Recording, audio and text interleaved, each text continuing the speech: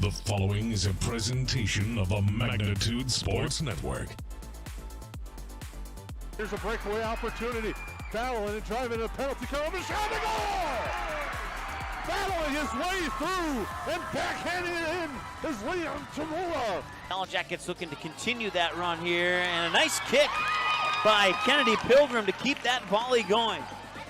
And a block at the net. Tied of the 6. Knoll drives one into left center field. Hit well and deep, and a diving catch in left center field. A heck of a grab. Jordan Leininger took extra bases away and 2 down. Tackle. Fires right side complete. The hook and ladder. Oh, hey. Richter. Joe Steve. He could go. Richter. To the house. Touchdown Jackets.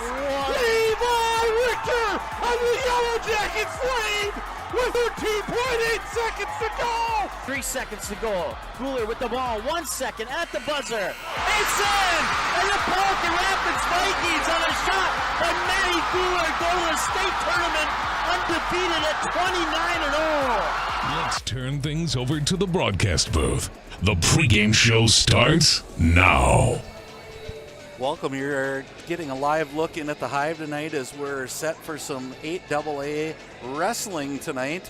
We're on early as we'll cover the JV matches and kind of go into what you're going to see tonight as the Perham Yellow Jackets are going to take on the Dilworth Glyndon Felton Rebels. This is Lance Rock. I'm joined tonight by Jesse Hine, and thanks again to Jason Groth for the help with setup and production, and we'll get rolling here after a little bit, but this is a big matchup. We'll talk about that more later tonight. The Dilworth Glyndon Felton Rebels come in at 14-0. The Perham Yellow Jackets come in at 8-3, and both sit at the top of 8AA wrestling. So just to lay out what we're going to do, and then we're going to take a little commercial break, honor some of our sponsors, tell you a little bit about what's going to happen tonight. It's going to be a full night of wrestling. We'll have 14 JV matches first. So if you're getting home and you're clocking in and you're looking and going, oh man, what's happening here? It's going to be the JV matches. There'll be 14 of them first. We'll step away, stay on the same stream here, and then we'll get you live tonight as it's senior night, parents' night. A lot of things happening here at the Hive. So again, Jesse Hine along with Lance Rock, thanks for tuning in. We'll be back in about 3-4 minutes with the start of your JV matches. For over 30 years, Budget Blinds, based out of Detroit Lakes, has been serving Perham, Fergus Falls, Park Rapids, and the surrounding area. Whether you need blinds, shutters, or drapes, check out the entire inventory online at budgetblinds.com. Budget Blinds is backed by the #1 provider for window coverings in North America and is your local window coverings expert. Visit them online today, budgetblinds.com, or give them a call at 218-206-9599. That's 218-206-9599 and online at budgetblinds.com. Odds are there's an ace right in your neighborhood. With expert advice and the right tools to make your quick fixes even quicker. Around the block, what you need in stock, with people who know their stuff.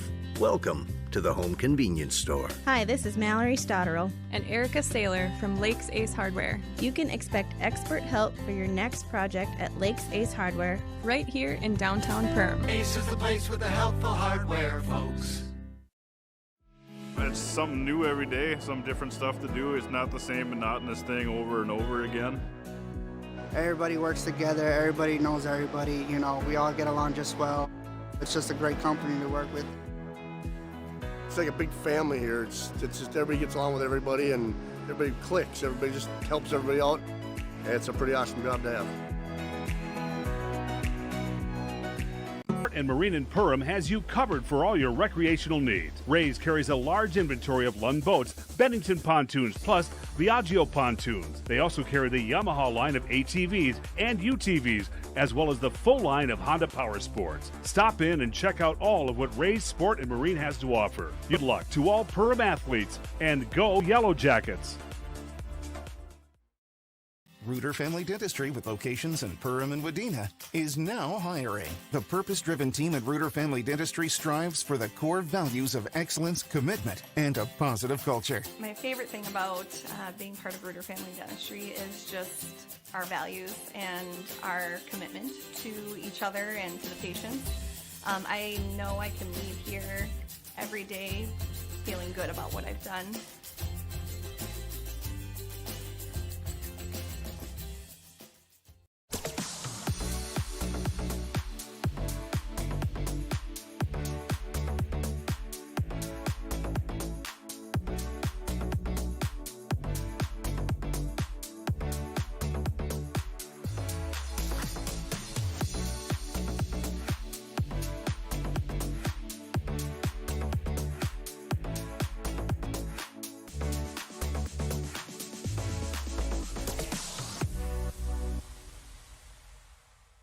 Make memories that they'll remember and pass down a tradition. Enjoy your freedom with the road less traveled and spend time with the ones you love. Whether it's here or there, make the most out of life and spend time with who you choose. And choose Quillo from United Community Bank. Whatever life has in store for you, finance it with Quillo. Learn more at ucbankmn.com. United Community Bank, Perham, Crazy, Dent. Subject to credit approval. Auto payment required. United Community Bank. Member FDIC. Equal housing lender. What sets the world's leading hospitals apart from the rest? It's their continued ability to deliver the highest quality patient care. Perham Health is honored to be a top 10 Minnesota hospital. Patients experience it, and Newsweek has recognized it. Even during the unpredictability of the pandemic, the nurses, doctors, and many others at Perham Health put their best foot forward. Thank you to everyone at Perham Health for continuing to provide the best patient care.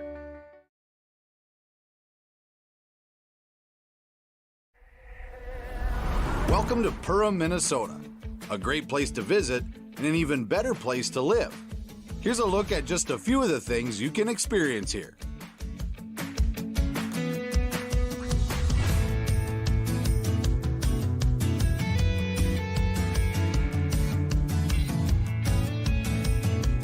To learn more and plan your next getaway, visit Perham.com. At Nias Family Sales, our experienced mechanics are here to provide exceptional service in a timely manner. With 10 service bays, the service department at Nias Family Sales can work on all makes and models. Our experienced mechanics can do everything from oil changes, tire repairs, brake service, engine and transmission repair, and much more. Schedule your vehicle today. Call 218-346-5976 or visit the Nias Family Sales Service Center at 610 East Main Street in Perham. Welcome back to the Hive. We're just going to probably jump right into JV matches here. We'll listen to the announcements, get us going. But welcome if you're just joining us there after thanking our sponsors. Here we're live in the Hive. Lance Rock joined alongside by Jesse Hine tonight. Going to bring you some great wrestling. We have 14 JV matches tonight, Jesse, and when you get 14 JV matches, that says something about the program's wrestling. Absolutely. You know, looking at the rosters tonight, it was cool to see both JV sections just plump full of names. That just tells a lot about your program and how much you invest into your younger guys, and both programs flourishing right now. I mean, we'll talk about it tonight, but top two teams in the section right now, I wouldn't expect anything less from the JV. Yeah, and things happening here. We're trying to get the score clock running, so that's the stoppage of the whistle. We're starting out with Vern Rude from the Dilworth Glyndon Felton Rebels versus Brandon Larson for the Perham Yellow Jackets. So again, we want to thank a lot of sponsors tonight. We want to make sure that that we are patronizing them as they bring this live to you. This is exciting times, and it's fun. High school sports, to me, Jesse, there's nothing better. You and I both coach, and now doing this, it's just a great time. So on the mat, our first JV match of the night, Vern Rude versus Drew Martin. And again, while we have a little time and both wrestlers hand fighting, we'd like to thank Frontier Airlines Visit flyfrontier.com today to learn about the Go Wild Pass and Lock in one-way flights in and out of both Fargo and Minneapolis for as low as $15.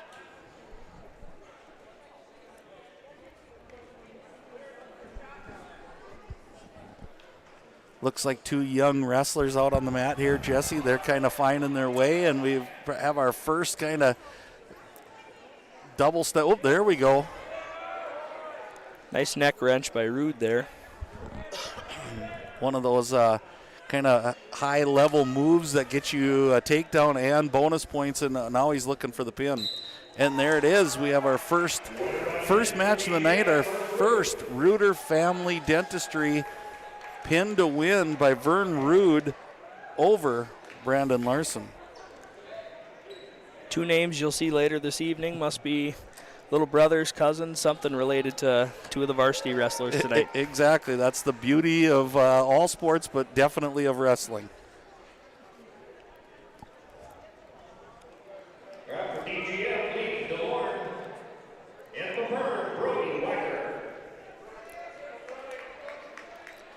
Brody Wacker going for the Yellow Jackets. Leaf DeLorme going for the Dilworth Glyndon Felton Rebels. And again, we'd like to thank Great Clips for bringing us some action. Great Clips. Download the Great Clips app from the App Store to find the location nearest you today. Kind of a signature Brody Wacker low single. Does a good job coming up to finish. One of the things, it's fun to watch because it's amazing that kids can be 7th, 8th, and 9th graders, and they already have their signature. I would say one of the words you'd use for Brody wrestling is physicality. Absolutely. I mean, he's got a twin brother we'll probably see at some point tonight, and those two are always scrapping, whether they're walking down the hallway or in the weight room.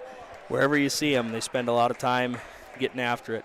Yeah, it's a nice evening, and this young man from DGF, well built, and those of you who followed Dilworth Glyndon Felton Rebels activities, you know that their kids find the weight room, and it's been a part of their football tradition. It's been a part of their wrestling, basketball. You just look at their kids, and they're physically strong. But here's a really nice move. Fireman's carry by Brody Wacker does a nice job pinching on that arm. Comes out on top of the two. Exactly, and this is kind of where nice job with a kind of adjustment into a double gets him back to the mat. It's awesome to see that carry over. Last week we saw the Yellow Jackets kind of with a focal point of committing to that ride, and it's nice to see that at the lower levels too. Yeah, I talked to Coach Trout today, who does a lot of the JV stuff, and he just said, you know what, we're really focusing on basics.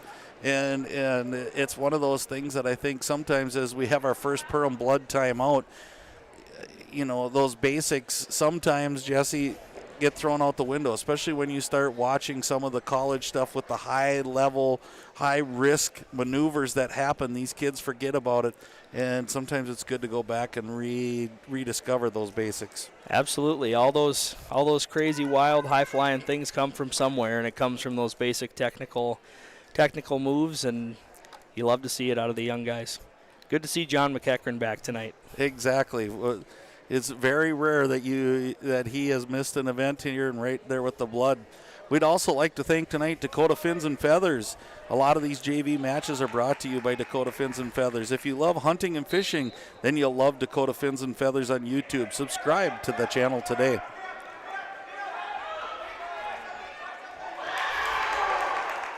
There we are again, Brody Wacker with a nice mat return, finishing the period on top.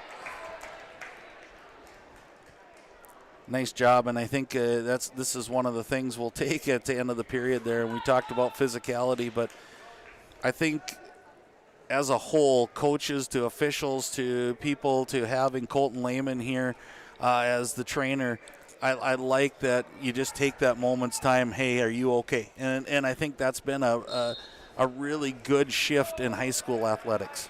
No doubt. I mean, I look back and think how fortunate we would have been had we had somebody similar to Colton. You know, full-time at the school, you're seeing him throughout the school day. Oftentimes those relationships, you catch some of the smaller injuries, and a lot of the athletes are more comfortable approaching him, saying, hey, this doesn't feel right, and then we can get to it right away and hopefully get it taken care of. Yep, escape, and here comes the neutralizer and the headlock, and just like we saw last week, the Yellow Jackets, really good job, and I know your young man that's already in the room, Easton, has probably learned to sit in the chair just like these guys are, and it never fails, and it's one of those basics that I was talking with Coach Trout earlier today.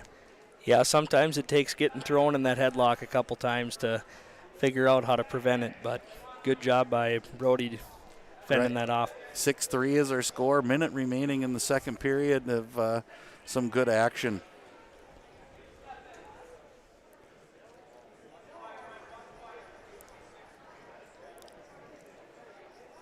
Again, both wrestlers kind of even taking a peek over to the coaching staffs and what do we do next here? And that's the beauty of this, is now we're in on a nice single leg. And I don't know if he can get to a double, but nice sit right on that ankle and a nice job. And he gets his 2. So 8-3, 25 seconds remaining for Wacker. Something that isn't real obvious to see from the camera, but Brody doing a pretty high level setup there where he shoots for one leg, actually catches the other leg, drops him down, so he prevents any chance at a roll through or anything like that. Nice job in trying to get the escape with 5 seconds remaining.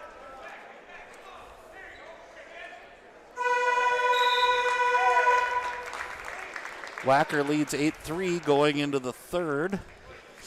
Looking for blood again, but no such thing, so Wacker's going to take down. Again, looking for blood, and he gets it. So another Perham Health blood timeout here.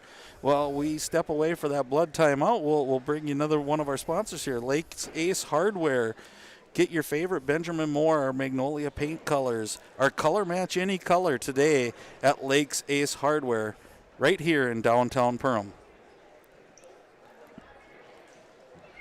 Again, you see everybody coming together. Coaches are giving a little instructions. You got Colton Lehman working on one side, Coach John McEachran working on the other side, and they do a good job of getting everybody taken care of. A little bit of a breather for both wrestlers, and away we go. Again, this is Brody Wacker for the Yellow Jackets and Leaf Delhomme for the Dilworth Glyndon Felton Rebels. Nice job by Brody finishing that stand-up. Basic technique, one of the first things you learn in wrestling. Clear those hands, get the hips away, get your point. Nice fireman's again, drops him right down, works up for another takedown. Talked about Coach Trout. Also like to mention a few of the other coaches as we get going. Thanks to Coach Felt for bringing up all of the information for the JV, and Coach Ty Haverland down on the sidelines also for the Yellow Jackets, and a nice coaching staff put together by Dave Vetch. And there's that headlock, but Brody did a nice job of rolling through, but they both rolled off the mat, and so no points awarded. You can see Coach Felt saying no tie-ups here. Don't put yourself in an opportunity to get thrown. Well, there's a point in time where a minute remaining in the third, you have to wrestle smart now. You don't want to get that headlock put in, and you know it's coming. It's been thrown 3 times, and Wacker does a nice job again there of getting out of that. 50 seconds remaining, 13-4 in favor of Wacker.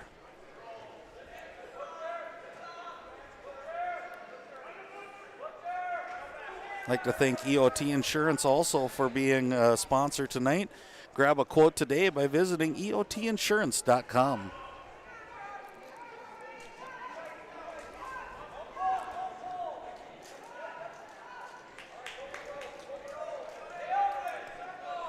Got to think there's going to be one more throw attempt by the DGF wrestler here with a short time left. Yeah, Delhomme, nice length, body, looks strong, but excellent job there by Wacker. Well taught as he gets on. He just sunk down when he saw it coming, knew the legs would be open, and gets his takedown, and then an escape for Delhomme makes it 15-6, and that'll be your final score on the United Community Bank scoreboard.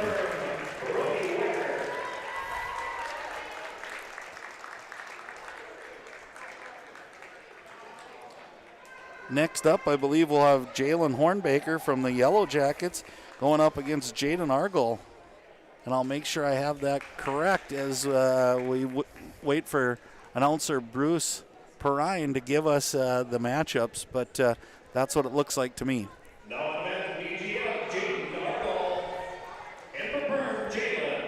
Correct, Argall and Hornbaker going against each other here. Again, one of the things we should talk about in JV is you might see some of these kids more than once just because of the weight class they're in and the number of wrestlers from the other team. So if you hear the same name twice, well, we could have possibly screwed up, but it may not be our screw up. It may be that that wrestler is going to wrestle twice, and kind of a uniqueness of JV wrestling.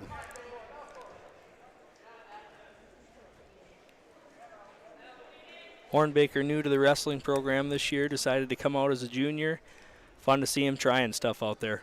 Yeah, met him in the hallway, and he said, "How's it going?" He said, "Loving it." So that's always a good sign. Takedown here by Argall, and he's looking to roll Hornbaker over. This match brought to you by Budget Blinds and United Community Bank, who also sponsors our scoreboard. One thing we know about Jalen, he's a strong kid, and he showed that brute strength right there, as he probably could have been a pin there in a Reuter Family Dentistry pin for the win, but he came out of that, now trying to work his way out, trailing 4-0 with about 40 seconds remaining. Yeah, Jalen, one of our weight room award winners this fall in the football program, so you know he's going to always be working hard.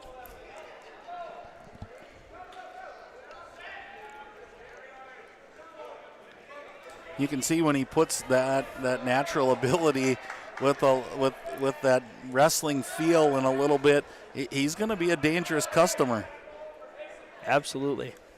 He's doing a good job of fighting hands here. He might even come out with a takedown. There it is. Yep.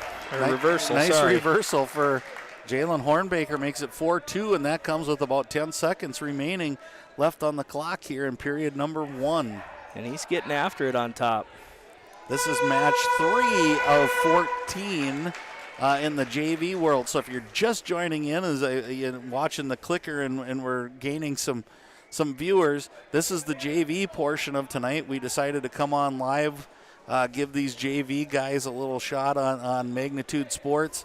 And so we're in 3 of 14. We'll stay on this same stream. We'll go to our sponsors in between so we can kind of switch over all of our paperwork and get ready to go.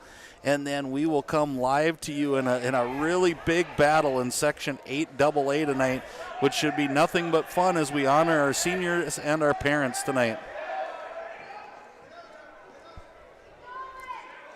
Kind of a mini roll attempt there for the DGF wrestler. Jalen hanging on tight.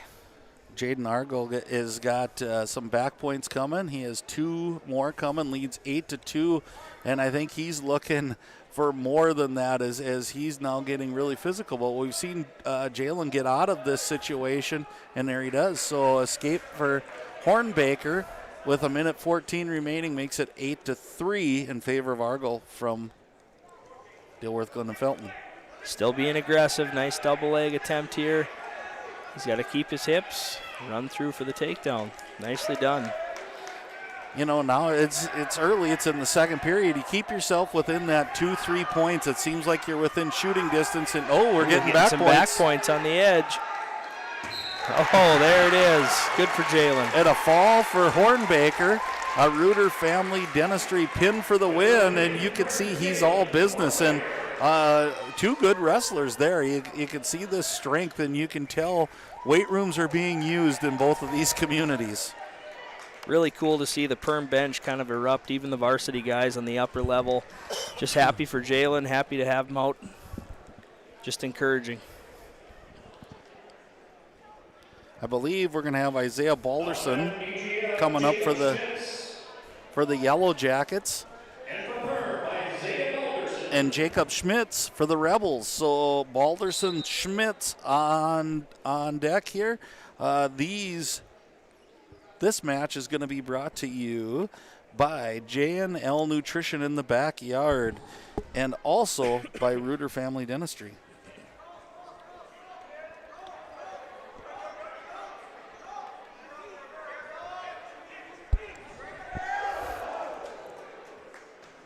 Nice Balderson with the takedown. Yeah, sorry, Jesse. No, you're good. Physical takedown there.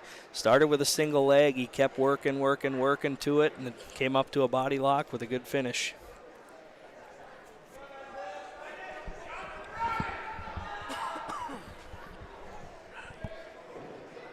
Two nothing Balderson. About a minute 15 remaining on the clock.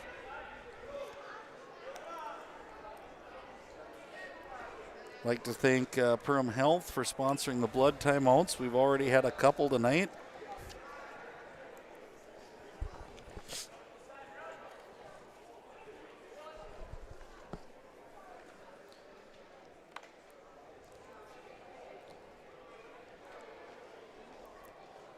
Both wrestlers off the mat.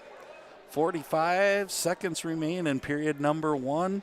We again have Isaiah Balderson for the Perham Yellow Jackets, Jacob Schmitz for the DGF Rebels.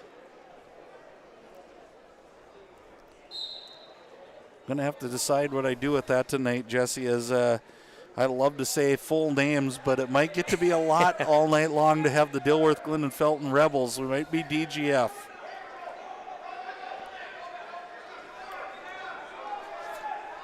Kind of a situation here. We didn't get a chance. Oh, he returned him.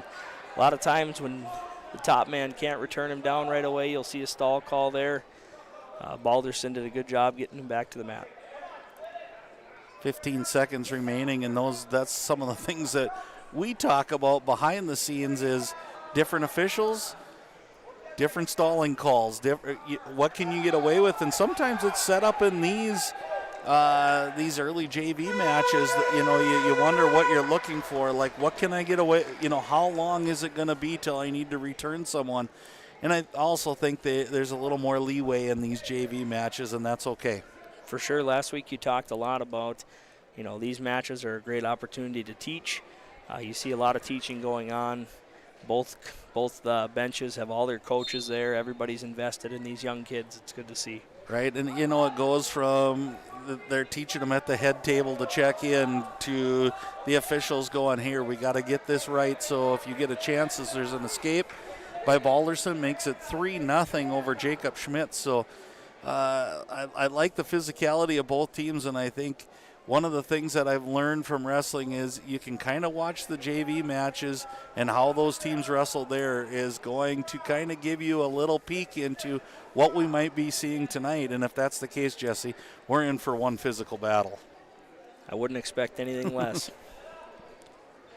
Minute 15 remaining as Schmitz is in on a double. Let's see if he can get it, but Balderson kind of throws that headlock, and if nothing else, I don't think he thought he was going to connect. It just kind of scared him out of getting out of that double. Yeah, it's kind of a glorified crossface where he digs that head out, throws it across his hip to give himself a better shot at countering that. Again, for those of you joining in, my name's Lance Rock. I'm joined by Jesse Hine as we're getting some back points here by Balderson. There's the fall. Another Reuter Family Dentistry pin for the win for Isaiah Balderson over Jacob Schmitz. So if you're just joining us again, and if you've heard it too many times already, I apologize, but we have 14 JV matches we're covering first tonight. Give those kids a little shot to be on the air here, and then we will follow up and stay on the same stream. And we will come back live with the varsity after these 14 matches. And right now we are on match number 5 out of 14. And the crazy thing is, just like in varsity matches, we have no idea how long this is going to take. We could have overtimes, or we could have 5 quick pins, and we're on off the air and ready to go to varsity. So this is bout number 5 tonight. We have Carson Jones from the DGF Rebels versus Jackson Kugler from the Yellow Jackets.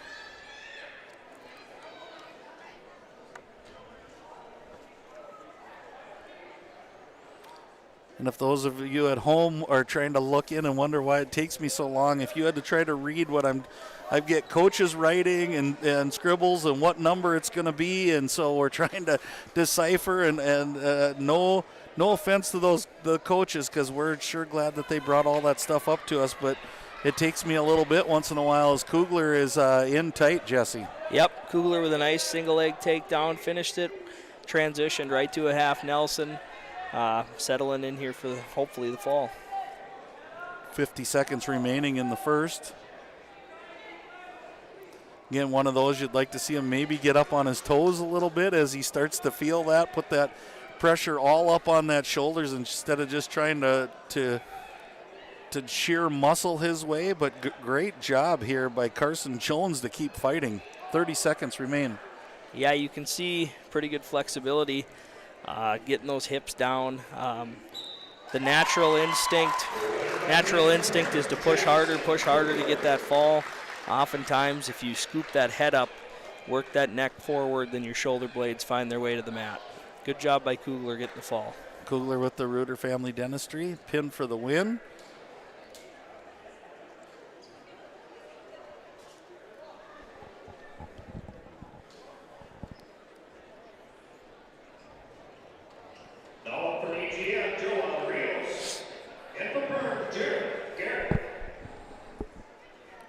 Rios for the DGF Rebels versus Jareth Garrett for the Perham Yellow Jackets. Joa Rios this is match number 6 of 14, so we're keeping Mr. Jesse Hine pushing buttons here and keeping us on track as we go. So 2 more young wrestlers is a quick takedown by Garrett, and right into that half. You know, coaches talk about chain wrestling. How many moves can you put together in the last 2 matches here? Similar to Kugler's match, double leg shot, working your way right to a half Nelson. Don't let that guy react, and a lot of times you find your way to a fall. Jareth Garrett with a Reuter Family Dentistry pin for the win, as that was a quick one, but he had a nice combination there, and that's what you like to see out of your young wrestlers.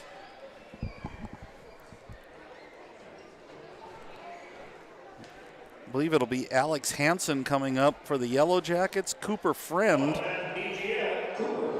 for the DGF Rebels.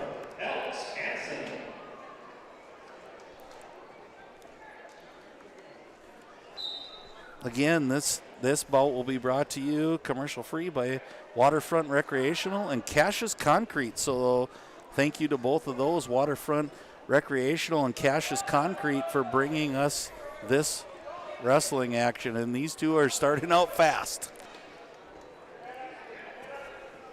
You know, that Friend name out of DGF kind of rings true after hearing, what was it, Brody? Yep. Brody Friend carried the ball for DGF this fall.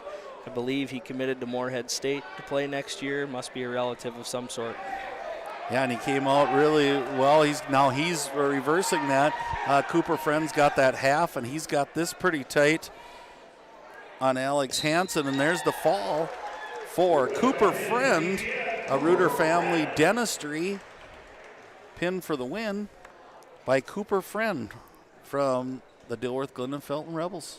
3 consecutive matches, double leg takedowns to a wrist half. Yeah, amazing how it's like that chain. Now everybody's, it's the one working tonight, it seems like.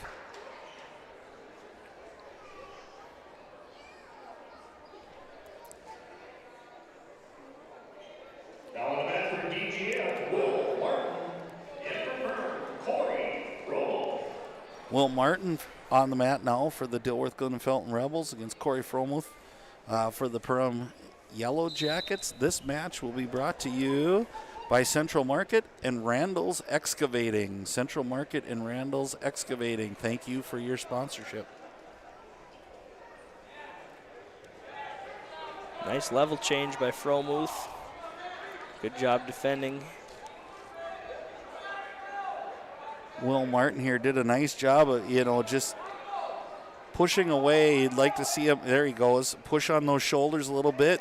Settle your hips back. Make yourself as heavy as possible.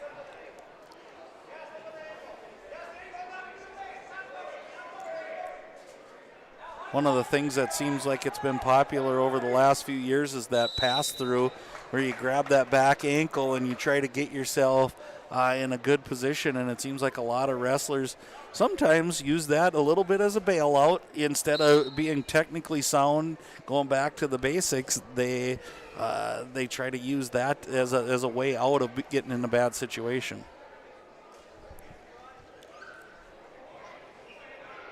One minute remaining in this opening period. Another attempt by Fromuth, finding his way underneath. He's got to put his head on one side or the other, work up, run your feet through it. Otherwise, we're going to get tired down there. That's a lot of weight on our neck and back. Hopefully he can work his way to one side. Man, we're in a match and a half together here, or probably if you count JV varsity, 2.5 matches. That's one of the first stalemates I've seen. Yeah. It's been a lot of action by these wrestlers. Both the Fergus Falls Otters that we covered against the Yellow Jackets and now the Rebels. It's been a big push in all levels of wrestling. It's just being offensive, and you watch all levels, whether it's elementary all the way up. Referees are encouraging wrestlers to create some action, try to score points. And I think part of that, Jesse, is not that it's new to the area, but how it's grown is that Greco freestyle stuff where you have to be on the move all the time or that stall hits really, really fast. For sure. Those different types of wrestling, too, you have step-out points and different rules that force you to be aggressive. Otherwise, you find yourself down. End of the first period, 0-0. So Fromuth is it going to go in the down position? Will Martin will cover.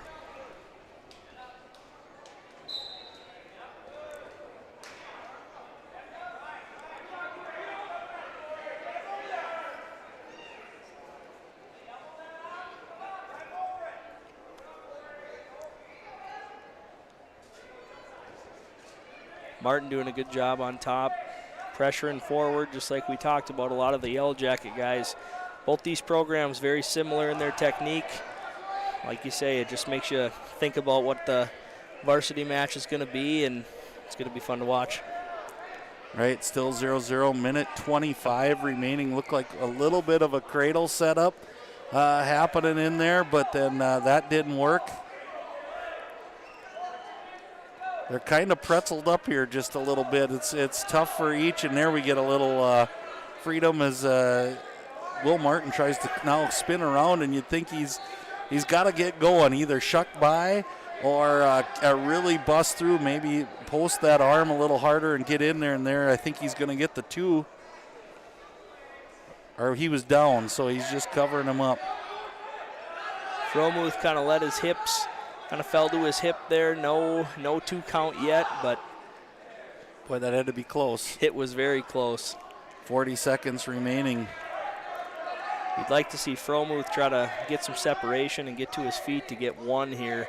I know he's trying for a reversal. I didn't see what happened. Did he just catch him in a half? Yeah, type so they kind of got in a little scramble, started rolling around, a lot of limbs flying around out of these tall gentlemen here. There he comes to his feet. Clear those hands, get your hips. Boy, a ride out is huge when you start thinking to hold someone down for 2 minutes, and it really now switches the favor to Will Martin in this matchup, as now he just has to get that escape, but we've got 4 seconds remaining. Too little, too late. And you can see how the excitement there by Martin, as it's a feat no matter what level you're wrestling to keep someone down for the whole period. This is interesting. DGF coach is telling him to take down to try to get that 1 point, and Martin wants to go neutral. Again, you can see him discussing. You can see him discussing it on the sidelines with the Rebels. Who told him to go neutral? But good stuff happening here. Still 0-0.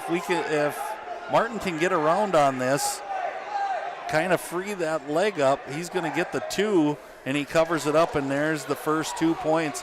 So minute 20 remaining in the third period. 2-0 Will Martin from the Rebels over Corey Fromuth from the Jackets.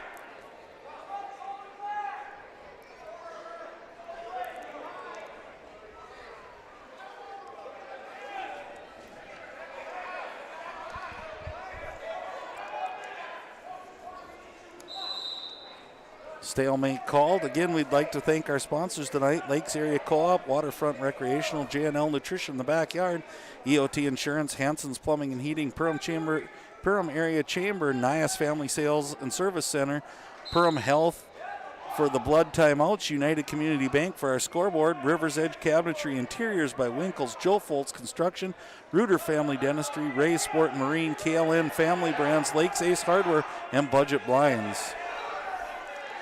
Here's that situation. We've been to our feet. He finally cuts him loose for a point. 35 seconds left. Expect some action here. 2-1 in favor of Martin. No stalls called yet, so he's got that in his back pocket that he doesn't have to engage as much, but you'd like to almost see a shot in. 15 seconds remaining here. Both coaching staffs are up on their feet. This is fun. Looks like it might be a little too late for Fromuth. Great action by both guys the whole time. Again, it doesn't get much better than that. Both wrestlers tired. Decision by Will Martin, 2-1 over Corey Fromuth. Great match there, and that's a fun one to watch. Both wrestlers gave it their all in that one, that's for sure.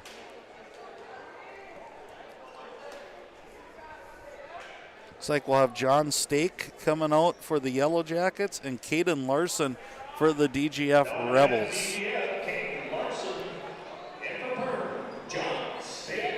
Stake, Yellow Jackets, Larson, Rebels. We'd also like to thank tonight New Horizons Realty, Central Market, Cash Concrete, Randall's Excavating, Houseman Schreiber Masonry, Maple River Grain and Agronomy, Frontier Airlines, Dakota Fins and Feathers, and Great Clips. And this match is being brought to you by New Horizons Realty and Houseman Schreiber Masonry.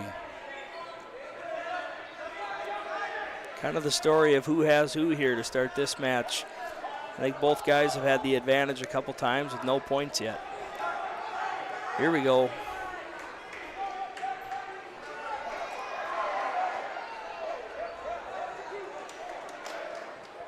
Body lock attempts. Both wrestlers were in good position several times throughout that exchange.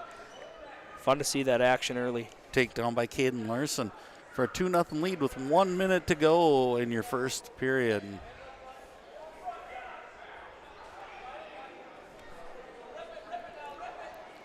Again, we're going to have a little time between JV as a cradle attempt here. We're going to have a little bit of time. It's broken there by Stake. Cradle attempt, nice cradle now, a little near side.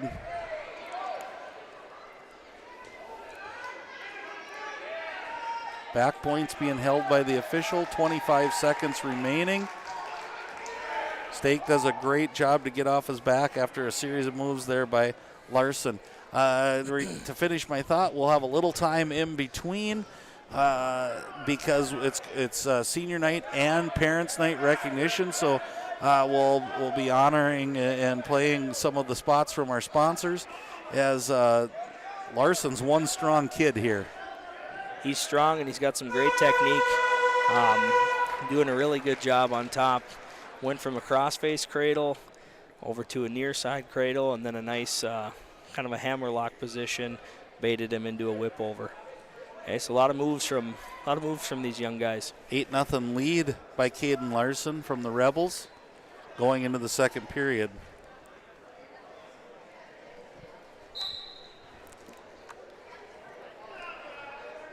Larson takes the down position. Stake with a mat return. Nice job of kind of a power lift there and return, but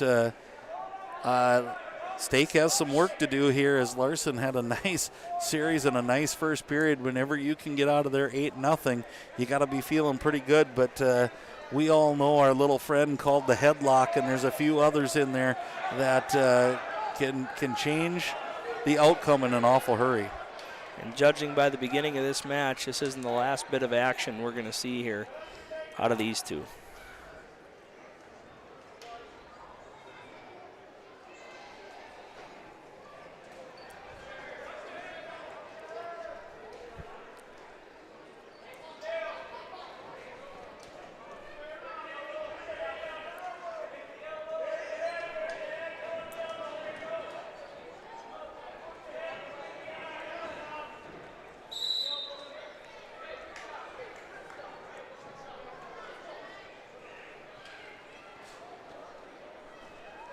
Stalemate there called, 56 seconds remaining in the second period. 9-0 in favor of Caden Larson over John Stake.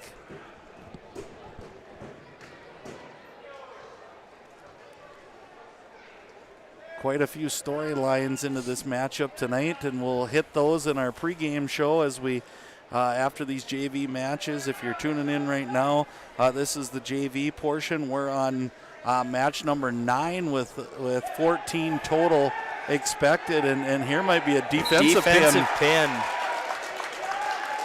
And that's one of those that you can see it coming if you're everybody but the wrestler. Yeah, you're holding on top, trying to not give up any points, and it's tough to. Your instincts are off when you're not the one, being put to your back. So. Well, I put headlock in there. Defensive pin I did not, but now I will from now on as a Reuter Family Dentistry pin for the win on a defensive pin by John Stake after being down 9-0. It's the beauty of wrestling right there. Nolan Dale on the mat for the Dilworth Glyndon Felton Rebels against Jaden Gorance for the Perham Yellow Jackets. A little bit different body types here. Excited to see the big guys. I'm waiting for the oohs and the ahs from the crowd. It's usually when we hit our first ooh and ah is when they go chest to chest and we don't know what's going to happen. This match is brought to you by Perham Chamber of Commerce and Maple River Grain and Agronomy. Thank you guys for your support of both Yellow Jacket and Rebel Wrestling.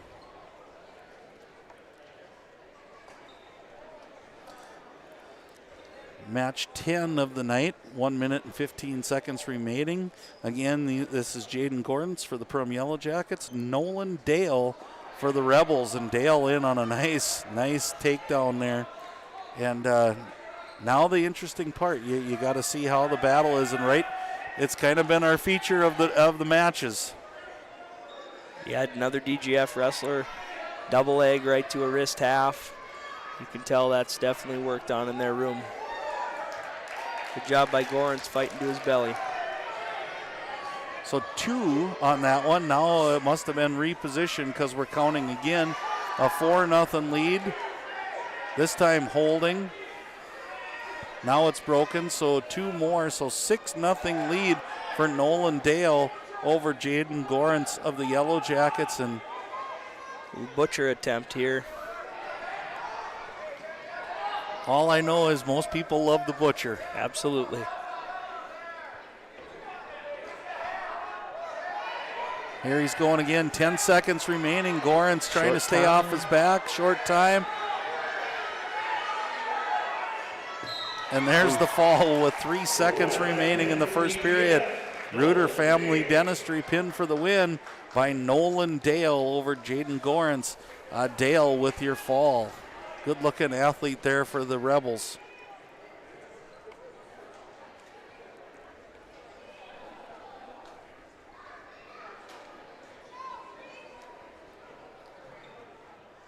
Okay, so Brandon Larson coming back out again for the Yellow Jackets, and this is where we said you could see him again against Drew Martin And so those wrestlers that wrestled early might end up coming back here because they've had a little bit of rest time. They're ready to go again. And like we said, that's the beauty of you don't know on a JV night if you're going to get 0 matches, 1 match, or 2 to 3. It's fun to see the stand starting to fill up. The anticipation of good wrestling always brings a good crowd. That is for sure. This match is being brought to you by Lakes Area Co-op and Cassius Concrete.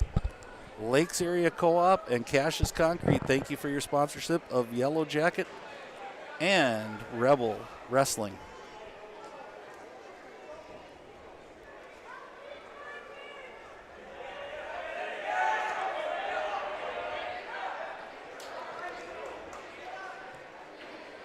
Two-point takedown there for Drew Martin.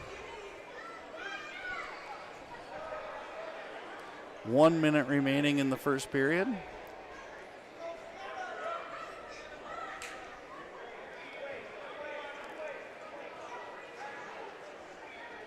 Kind of gives you that feel of what's to come as the Rebels are you might even, well, you won't catch them on screen, warming up around the track here on the upper level of the Hive. And across the way, we can see the Yellow Jackets doing the same thing, warming up in the wrestling room. So both teams heating it up early here, and I think that comes a little bit with what not's going to be at stake so much, but it's a big match. There are some implications, you know, with matchups through the section tournament and matchups through the individual tournaments. It'll be fun to see how it shakes out. Yeah, the game within the game tonight is going to be very interesting. As we'll talk about those as we hit our budget blinds pregame show. We'll discuss a lot of those things that we're talking about here tonight, and hope to bring you along with us. As sometimes Mr. Hine and myself, just like we start talking and we communicate with each other, we hope it comes across to you the same way. Second period starting here. Good matchup, 2-0 lead for Drew Martin over Brandon Larson. Martin in the down position. Again, thanks to Cash's Concrete, Randall's Excavating, Hausman Schreiber Masonry, and Maple River Grain and Agronomy for their sponsorship in tonight's action, and will be commercial free other than a little bit in between and some at the end as we get to play. But these sponsors have graciously enough let us talk about them and in favor of keeping all the action live.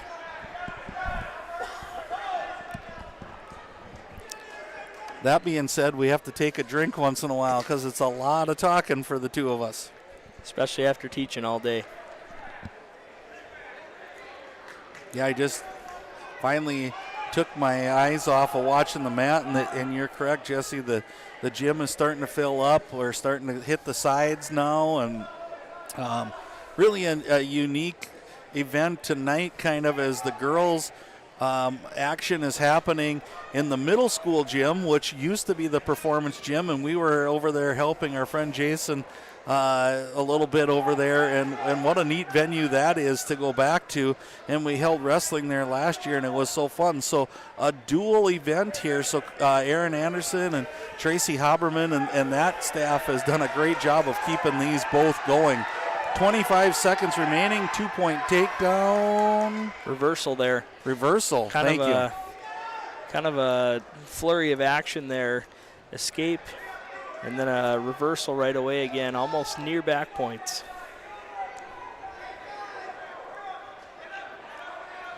Not a whole lot of action first period and a half, and now it's starting to pick up a little bit. 3-2 lead going into the third period for Drew Martin over Brandon Larson.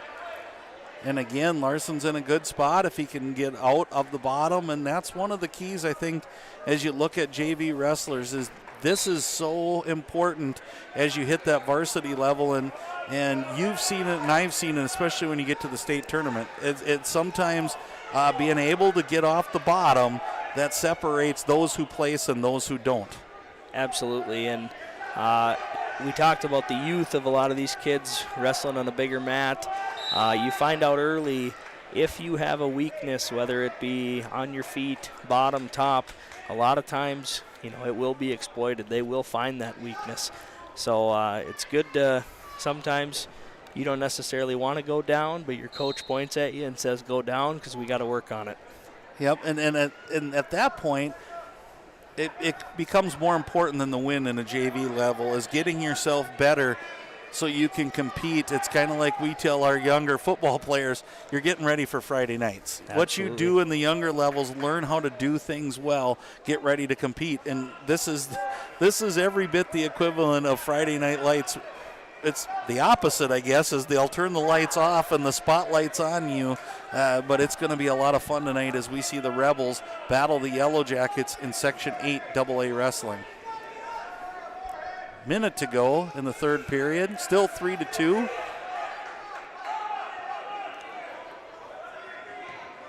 Drew Martin doing a good job of kind of throwing in that half Nelson type look, and a stall warning there on Larson kind of gets him going again. So it's amazing what seeing an official raise his hand with your color does.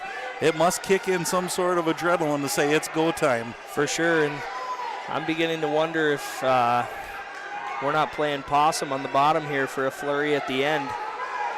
We'll see what happens here in the last 20 seconds. Got to create a little bit of action for ourselves. Ooh, he's got a chance to come out the back here. Martin kind of resettled in when I thought 5 seconds remaining. Crowd on their feet, coaches on their feet, everybody sprawled out, and they hold on. So Drew Martin holds on for a 3-2 win. Another ride out. Let's keep some notes on that when we talk about things happening. A ride out for Drew Martin over Brandon Larson to make it 3-2 in that action.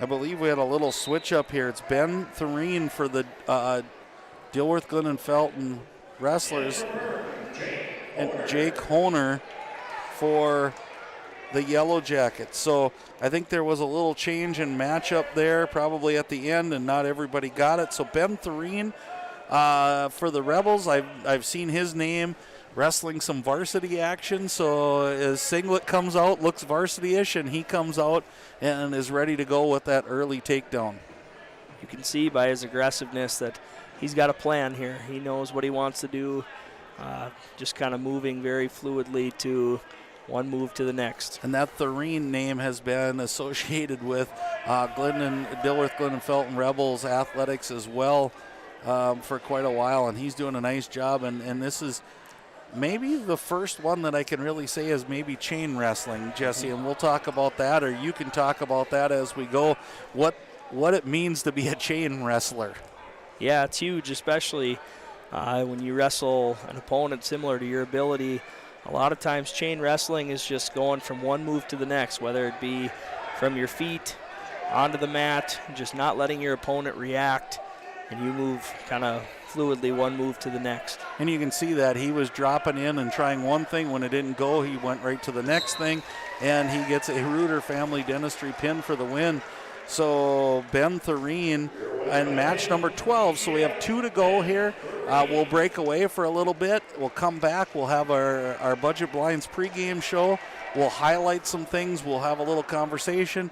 And then we will get ready to rock and roll in a really good and highly anticipated Section 8 AA wrestling match tonight between 2 really good wrestling teams. It's kind of fun. You talked about the girls playing over at the middle school. You can see a lot of people standing in the entrance over in the corner, kind of peeking at both events.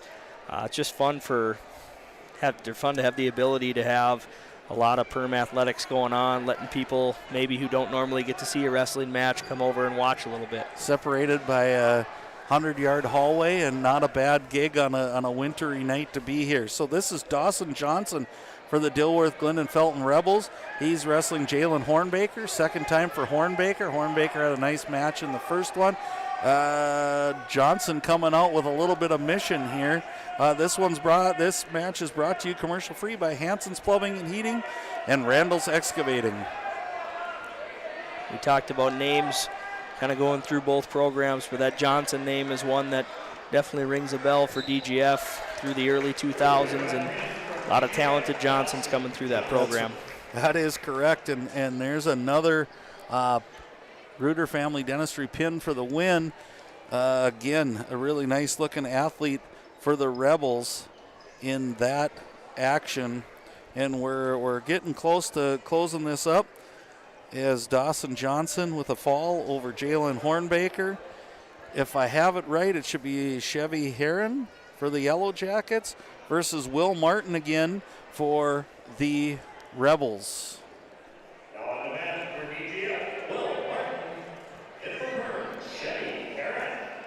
This match is brought to you by Joe Foltz Construction and Huseman Schreiber Masonry. Again, we'll be mentioning those often tonight as all of our sponsors have decided to let us go commercial free during the wrestling match, which is unbelievable and definitely is going to help with us calling and you getting to follow along. So again, thank you to those sponsors, and we'll be listing them often just because they were so gracious in allowing this to happen. So we got takedown here as I'm getting carried away and I'm putting stuff away already, and I shouldn't be doing that. It's Will Martin and Chevy Heron. Chevy Heron with the takedown. Yep, Chevy wants to go on his feet. He's back in on single leg again where he was with the first takedown, taking his time, getting a quality finish. And it's, again, one of those things, the way things broke out, you heard Chevy Heron's name a lot last year on the varsity level. You know, it's just how kids grow. It's from year to year, things change so much. But getting the opportunity right here tonight to work on the JV level, and you know, it's one of those things, you bloom where you're planted, and you're always working for that goal, and you never know, you want to always be that next man up. Absolutely, year to year.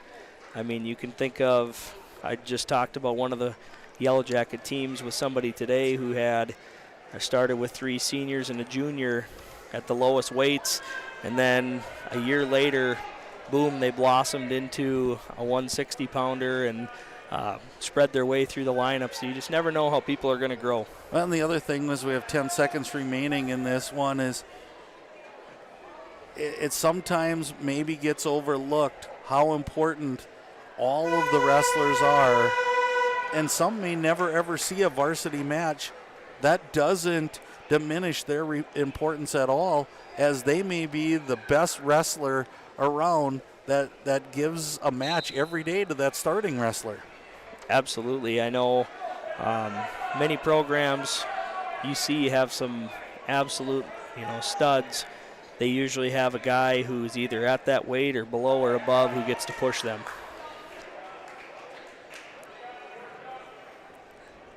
Chevy doing a nice job staying aggressive. He found that groove into that single leg, and he's been exploiting it all match.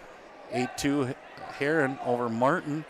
And again, now taking his shot, he got his shots, he got his takedowns. Now you got to like that he's trying to work on top. So again, there's obviously things you like. You can probably explain this better. You probably had spots where you felt more comfortable, but you got to get better at the other things. For sure. Chevy doing a nice job working a Bismarck series here, which is just kind of a cross wrist ride where you pull it really tight, similar to a butcher. but more kind of underneath the middle of the body, staying tight, working it over for some back points. Speaking of Bismarck, I'll do a shameless plug out to my son Leighton, former wrestler for the Yellow Jackets, as he's on his way back to Bismarck right now. He said he was gonna tune in. We'll see or not now that I mention his name.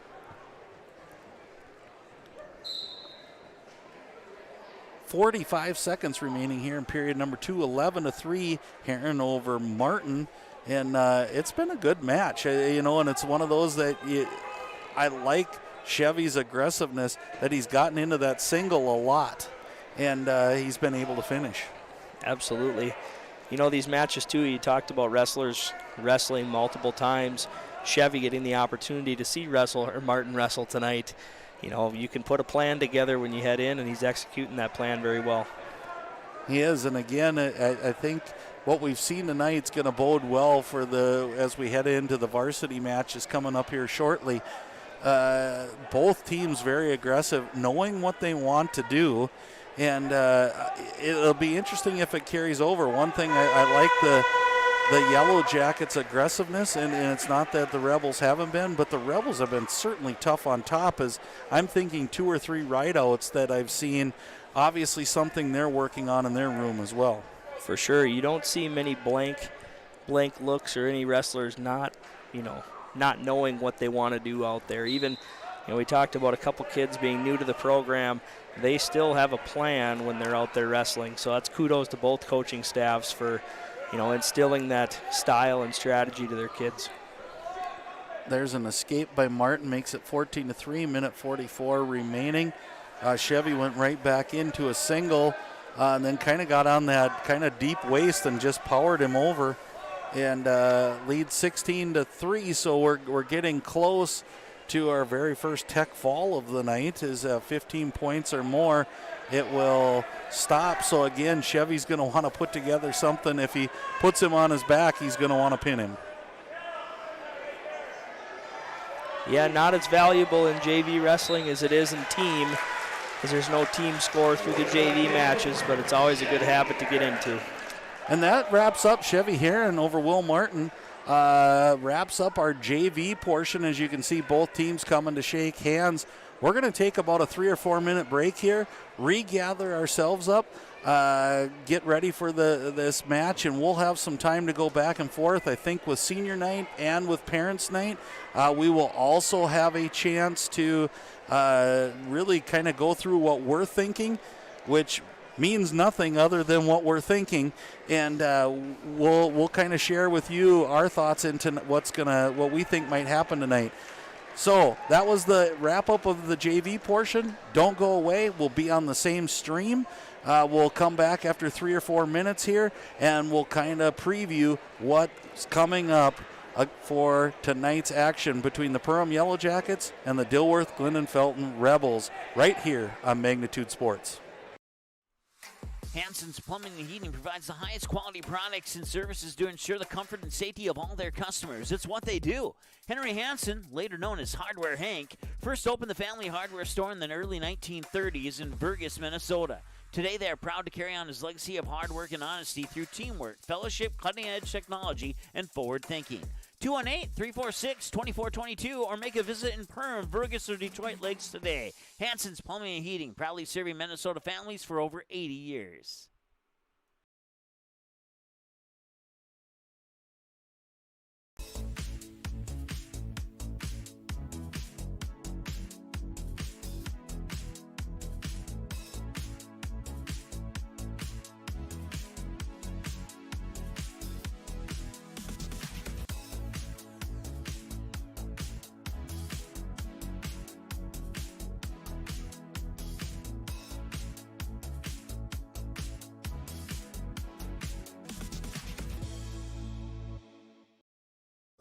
Every day, thousands of dogs in the lakes area are told to stay. When they wanted to play at the Backyard Playcare, Doggy Daycare, or Playcare is the perfect spot for your dog. 100% supervised playtime and 100% fun in a brand new facility that opens this fall. Contact the Backyard Boarding and Playcare at 218-346-4646 4104 or check us out on Facebook today.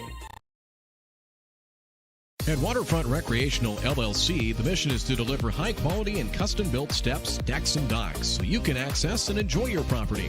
We believe in hard work, honest and fair dealing, high-quality craftsmanship, and excellent customer service. Our products have proven results. We can't control the weather, but our docks remain rock solid in the windiest of conditions. We also offer boat storage in the wintertime. Call or text 218-298-1353 for more information about each of our services, or visit waterfrontrecreational.com today.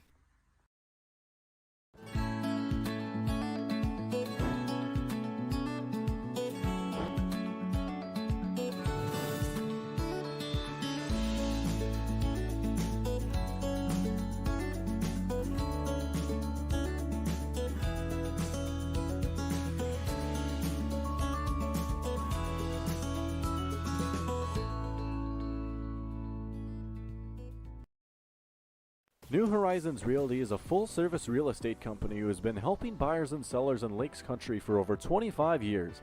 They understand the local market conditions because they are from here, live here, and have lifelong careers in real estate. Get a free estimate with an experienced, local, laid-back, and friendly agent that's a part of a team you can trust and will go to work for you. Visit permrealestate.com or call 218-346-7767 to speak with Chad and his dedicated team at New Horizons Realty in Perm. Central Market, the fresh place in Perham and Detroit Lakes, offering the freshest meat, produce, bakery, and deli products possible with great value for your money. A visit to Central Market is a journey into freshness. You'll always be able to find a wide variety of items that will result in the perfect meal for your family and friends. Begin with their meat department, and whether it's succulent fruit and vegetables, fresh baked specialties from their bakery, or the convenience of fresh deli selections, Central Market is the fresh place for your family. Go Yellow Jackets. 1 in 5 high school students use e-cigarettes or vapes. Some of them, like Juul, are so slim and sleek that they look like a flash drive. That's why e-cigarettes and vapes are so appealing to kids. There are more than 7,000 flavors, and they're sold where kids shop, online and in convenience stores. Most e-cigarettes contain nicotine, which is highly addictive and can harm brain development as teens grow. No amount of nicotine is safe for youth. Like it or not, I have 3 amazing kids, and it can be a bit complicated. All right, you guys, you ready? But there's nothing else like it in the world. Bye, honey. Traveling with kids is on another level. Yay, let's go. I appreciate all the extra help I can get when we fly. Hi, how can I help? I'm honored to get every passenger to their destination. I'm so grateful that I've been able to fly with my 3 young kids. At Frontier, we get it. We're flyers too, and we believe the sky is for everyone.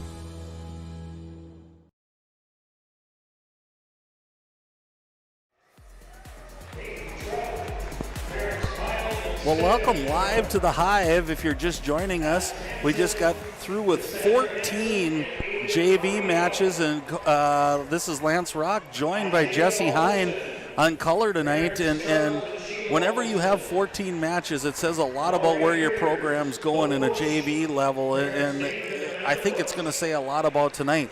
Tonight we have a really good matchup to find out where both teams are, as the Dilworth Glyndon Felton Rebels are coming into town.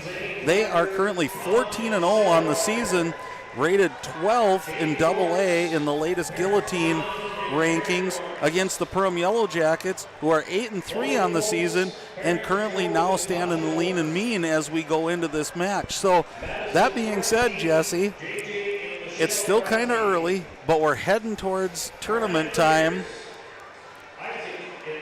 What are the biggest implications maybe of tonight that you can think of? This is kind of one of your first gut checks. You know, one of the times that you circle it on the calendar and say, hey, we got to evaluate where we're at right now. There's enough time between now and when sections comes that you can make some improvements, you can make some adjustments, but tonight is just kind of a good chance for both teams to square off and see where they're at. I love the game within the game here as well. We can talk about team and all those implications. I think, again, we have some preliminary starting lineups, which mean nothing more than the ink that they're written on when you come into a match like tonight. some of them might stick because of who wrestled in JV versus maybe where we had them as somebody who could slide someone for one team or the other. So it's going to be really interesting to see how this all plays out, because it could have implications in the individual tournament as well. No doubt. I know wrestling's changed a lot in the sense of now that we're in track wrestling and a lot of the numbers are crunched for you, there's not really a benefit to not wrestling anymore. So we should be able to get 2 full lineups out there.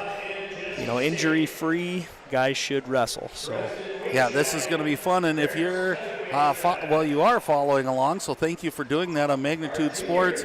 It is senior night and also parents' night tonight for the Yellow Jackets, as you're seeing parents and their individuals going around and kind of getting their shot in the spotlight as we go, and we'll highlight some of the seniors as that happens. But last year, Jesse, kind of the Rebels, I'm not going to say they came out of nowhere because they were expected to be pretty good. I remember going the night to the brand new, beautiful Dilworth Glyndon Felton gym, and they came away with a 36-31 victory over the Yellow Jackets. And I'm not going to say it was an eye-opener, but it was an eye-opener for a lot of Section 8 AA going, they are for real.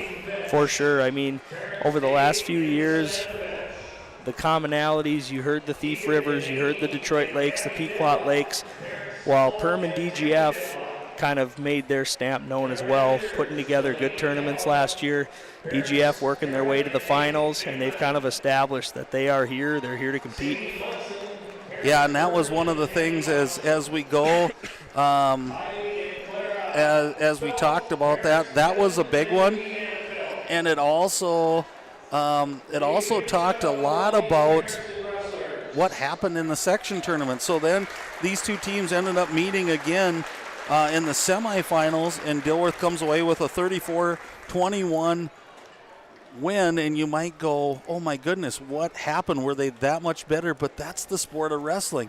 It can be one upset. It can be one headlock. They also got a really good wrestler back for team at section time last year that flip-flopped a few points. It only takes 1 or 2 matches to make that close score a little bit wide, and that could happen tonight too. Absolutely. I mean, we talked about full lineups. Sometimes you got to jockey some people around to get your best depending on health out there.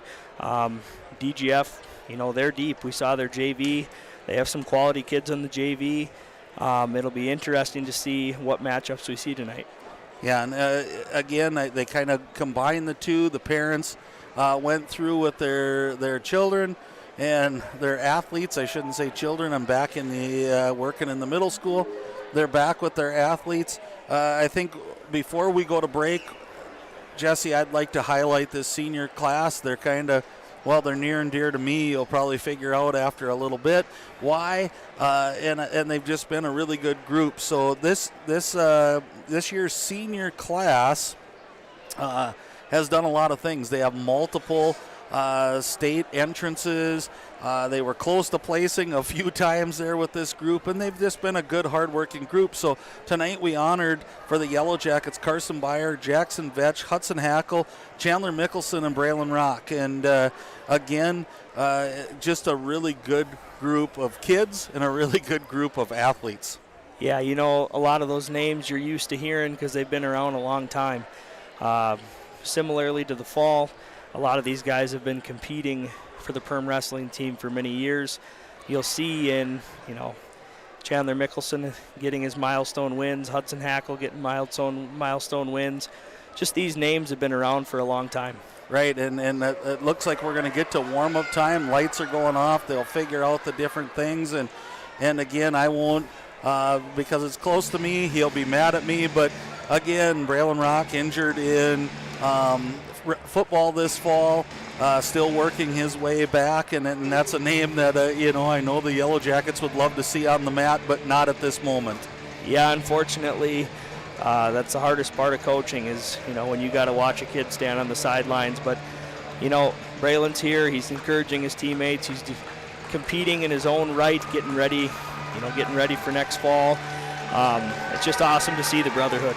Right, so we're going to step away. We're going to gather the starting lineups. We'll come back with those. We'll come back with some keys to the match. Again, we're excited about this, and I don't think we're that far away. So come right back on Magnitude Sports. Mike and Joe of Huseman Schreiber Masonry started the company in the spring of 2011 and have over 38 years of masonry experience. Based out of Glyndon, Minnesota, Huseman Schreiber Masonry have completed projects for several satisfied clients, including Monaga High School, Center for Scouting in Fargo, and the Spirit Lakes Tribe EMS building in Fort Totten. That's just a few of their recent projects. Huseman Schreiber Masonry is now hiring. Work year-round. Learn more about this 5-star rated company on their Facebook page. Just search Huseman Schreiber Masonry. Randall's Excavating is experienced in underground utilities, specializing in water lines, sanitary sewer, and storm sewer, from site preparation and trenching to the installation of all site utilities. They also provide a large number of underground services and can complete your underground work from the street to the building. Randall's Excavating responds to emergency repairs of water leaks, fire protection lines, fire hydrants, sanitary and storm sewer lines, for all commercial and residential needs, including camera inspections, and they work with most plumbing contractors. For more info, visit randallsinc.com or call 701-219-9126. You have options when it comes to purchasing your crop inputs. At Maple River Grain and Agronomy, it's our goal to provide our member owners with the best possible customer service from people that you know and trust who grew up around here and know what it takes to run a successful farming business year-round. The team at Maple River Grain and Agronomy can anticipate our customers' needs. They now serve the DGF and Barnesville communities, as well as Rothsay and Sabin, plus many other locations across North Dakota and Minnesota. Visit mrga.com today to learn more about Maple River Grain and Agronomy. Concrete is used in nearly every business and residence thanks to its durability and low cost. Whether it's your home, farm, or business, your concrete will likely need maintenance or repair given our harsh winters. The team at Cash Concrete has over 20 years experience and is able to provide the best, most cost-effective service in today's market. Call 701-219-0425 or visit cashconcretefm.com to get your free quote. Cash Concrete, proudly serving North Dakota and Minnesota commercial businesses and the community since 1995. For over 30 years, Budget Blinds, based out of Detroit Lakes, has been serving Perham, Fergus Falls, Park Rapids, and the surrounding area. Whether you need blinds, shutters, or drapes, check out the entire inventory online at budgetblinds.com. Budget Blinds is backed by the #1 provider for window coverings in North America and is your local window coverings expert.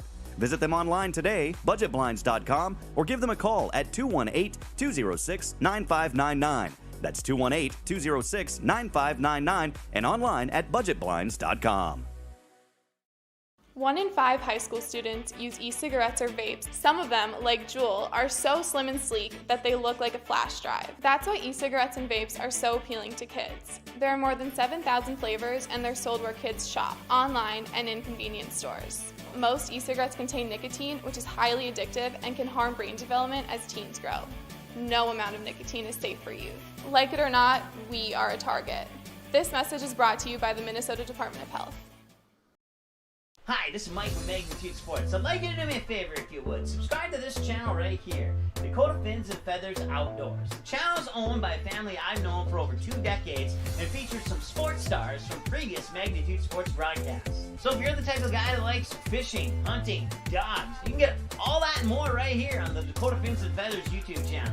You can also find them on social media, on Instagram, TikTok, Facebook. It's educational, it's captivating, it's fun. It's Dakota Fins and Feathers Outdoors. Subscribe today. At Great Clips, we use online check-in to help NHL player Jack Hughes achieve game day flow faster, so he can do more with his time off the clock. Great Clips, official hair salon of the NHL. At Great Clips, we use clip notes to save NHL player Cale Makar's haircut details, so he's always confident in his hockey hair. Because with a name like Cale, you gotta sport great salad. Great Clips, official hair salon of the NHL. Welcome back live to the Hive as you are seeing the tail end of the starting lineups, and we're not. I'm going to do something a little bit different tonight, as I don't know that we're going to give you the starting lineups because I really believe we're going to see some movement in here. But we just finished up with the Budget Blinds pregame show, Lakes A starting lineups are happening right now. Get your favorite Benjamin Moore or Magnolia paint colors. Our color match any color today at Lakes Ace Hardware in downtown Perham. And again, we're going to try to thank all of our sponsors again. We have some really good matches coming up here, we believe.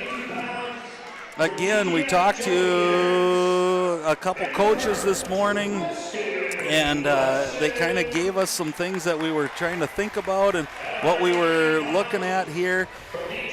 It's going to be a really good match, and if you're for Perham, some of the keys to the match might be solid shot defense, stick to the basics, and win in the last 20 seconds, meaning don't give up any points right at the end, Jesse. Absolutely. I mean, both of these clubs we saw right away in the JV match.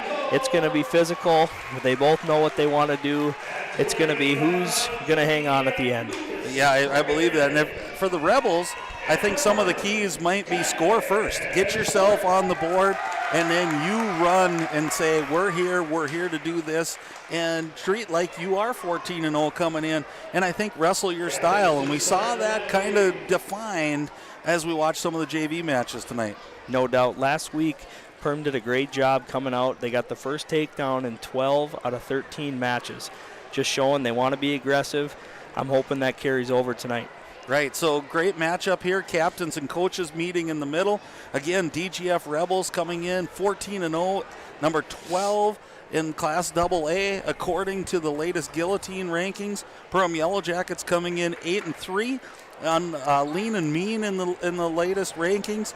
And boy, I think the first two matches of the night, Jesse, we may have a barn burner and it may set the tone.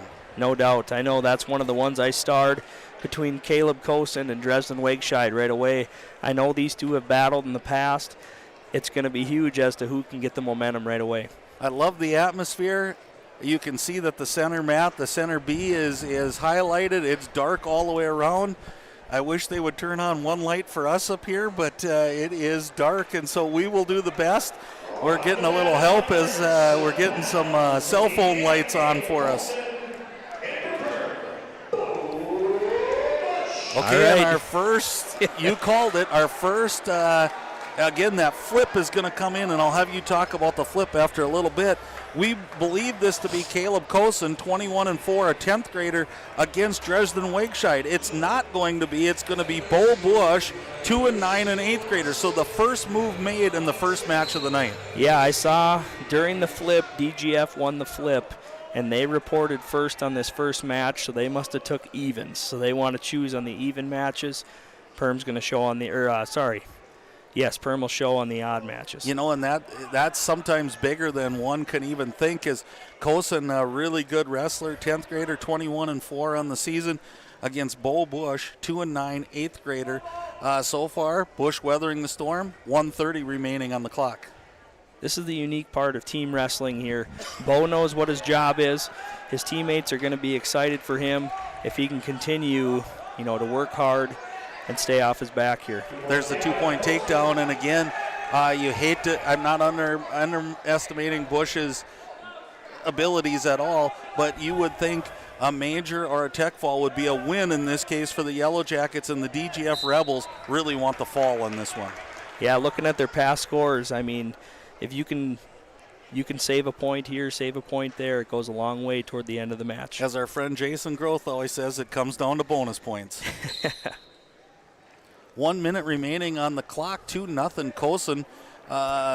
Good rider, little deep waist in there, Jesse. And what do you think he's trying to set up here? Is he going for that wrist or that half again? All the JV matches, they were heavy on the wrist, so I'm sure they're focusing on, here comes a wrist half attempt. They're rolling those wrists underneath, trying to get control. Again, he's trying to roll them up, kind of getting that weight over the top. Bush doing a good job, but, man, it's inevitable almost. And, woo, this is some flexibility by Bush. But, again, he is turned in a bad way right now. 20 seconds here. Bush doing a good job fighting, keeping his shoulder off the mat.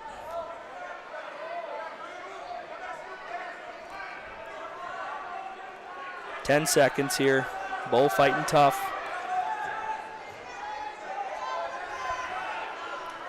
Again, wrenching that pretty hard. Bo 2-1. Stays out of harm's way. Gives up the 3 near fall to make it 5-0. Green's choice. Neutral, says Bush.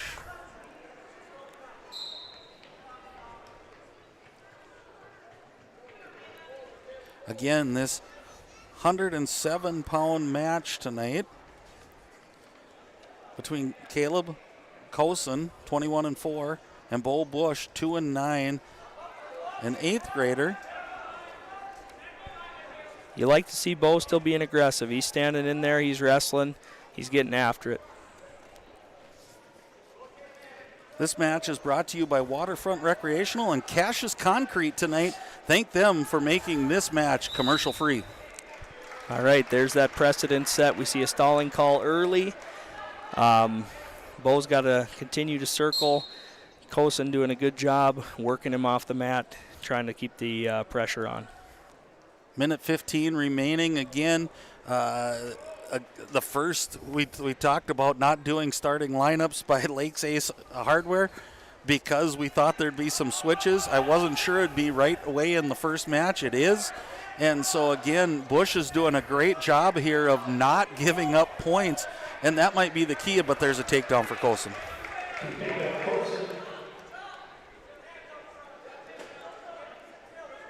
You can see Cosin going right to work on those wrists, not letting Bo get comfortable down there. Bo trying to keep his head up, keep working to his base. Hard cross face by Cosin on top. He's on a mission here. Again, this match being brought to you by Waterfront Recreational and Cassius Concrete.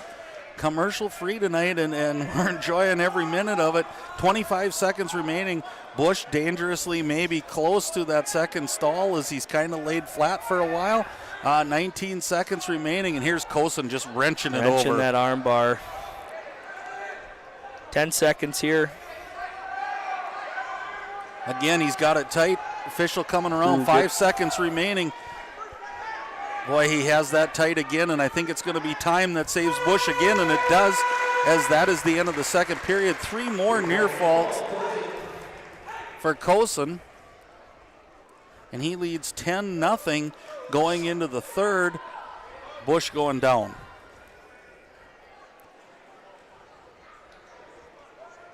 We'll see if Cosin tries to go back to that arm bar. That kind of seems to be his bread and butter. You know, I wonder how long it'll take, Jesse, and this is a philosophy here. If he really believes, I think he's turned him over, that he thinks he can pin him from this position, how long it takes of not getting it to go takedown game and try to get to that tech fall. Yeah, that's a fine line. You know, assistant coaches, that's a lot of time their job to keep track of time just to make sure that they get their bonus points when they can get them. Right now, 10-0, they secured the 4-point. You got to believe the Rebels right now are looking for that 5-point or that 6-point to get them started off here. And Bush is doing a nice job just staying base. He gets up enough to stay out of that stall. Cosin is a physical wrestler, though, and you just wonder if he catches it one time, and we're at a minute 10 seconds remaining. For sure. Bo doing a good job fighting pressure. I mean, Cosin's kind of throwing the kitchen sink at him. There's a second stall call underneath for a point. Bo's got to continue to keep his hands free. You can see Cosin pulled that arm bar back here with just under a minute. Bo's got to fight tough here. I mean, it sounds like not long to you and I, but an eternity when you've got that arm bar thrown in. His technique with that arm bar is pretty awesome. Starting from way behind, pulling that way back, sneaking the arm through, taking his time. Bo's got to fight tough here for 30 seconds. And he saves that arm winging out, which is usually the potentially dangerous. Bo really just showing Gumbyism here, if that's even a word. For sure. There we got a potentially dangerous 3 near fall points here. You can see Bo stretching out his shoulders and neck. You got to give him credit. Got to give Bo credit underneath for fighting. So now you're at 23 seconds remaining, 14-0 Cosin. He's got to get another turn here to get that tech fall. I don't know that, and it looks like there's no thought in his mind of cutting and taking down. You can see he's worked that arm bar from Bo's right side the whole time.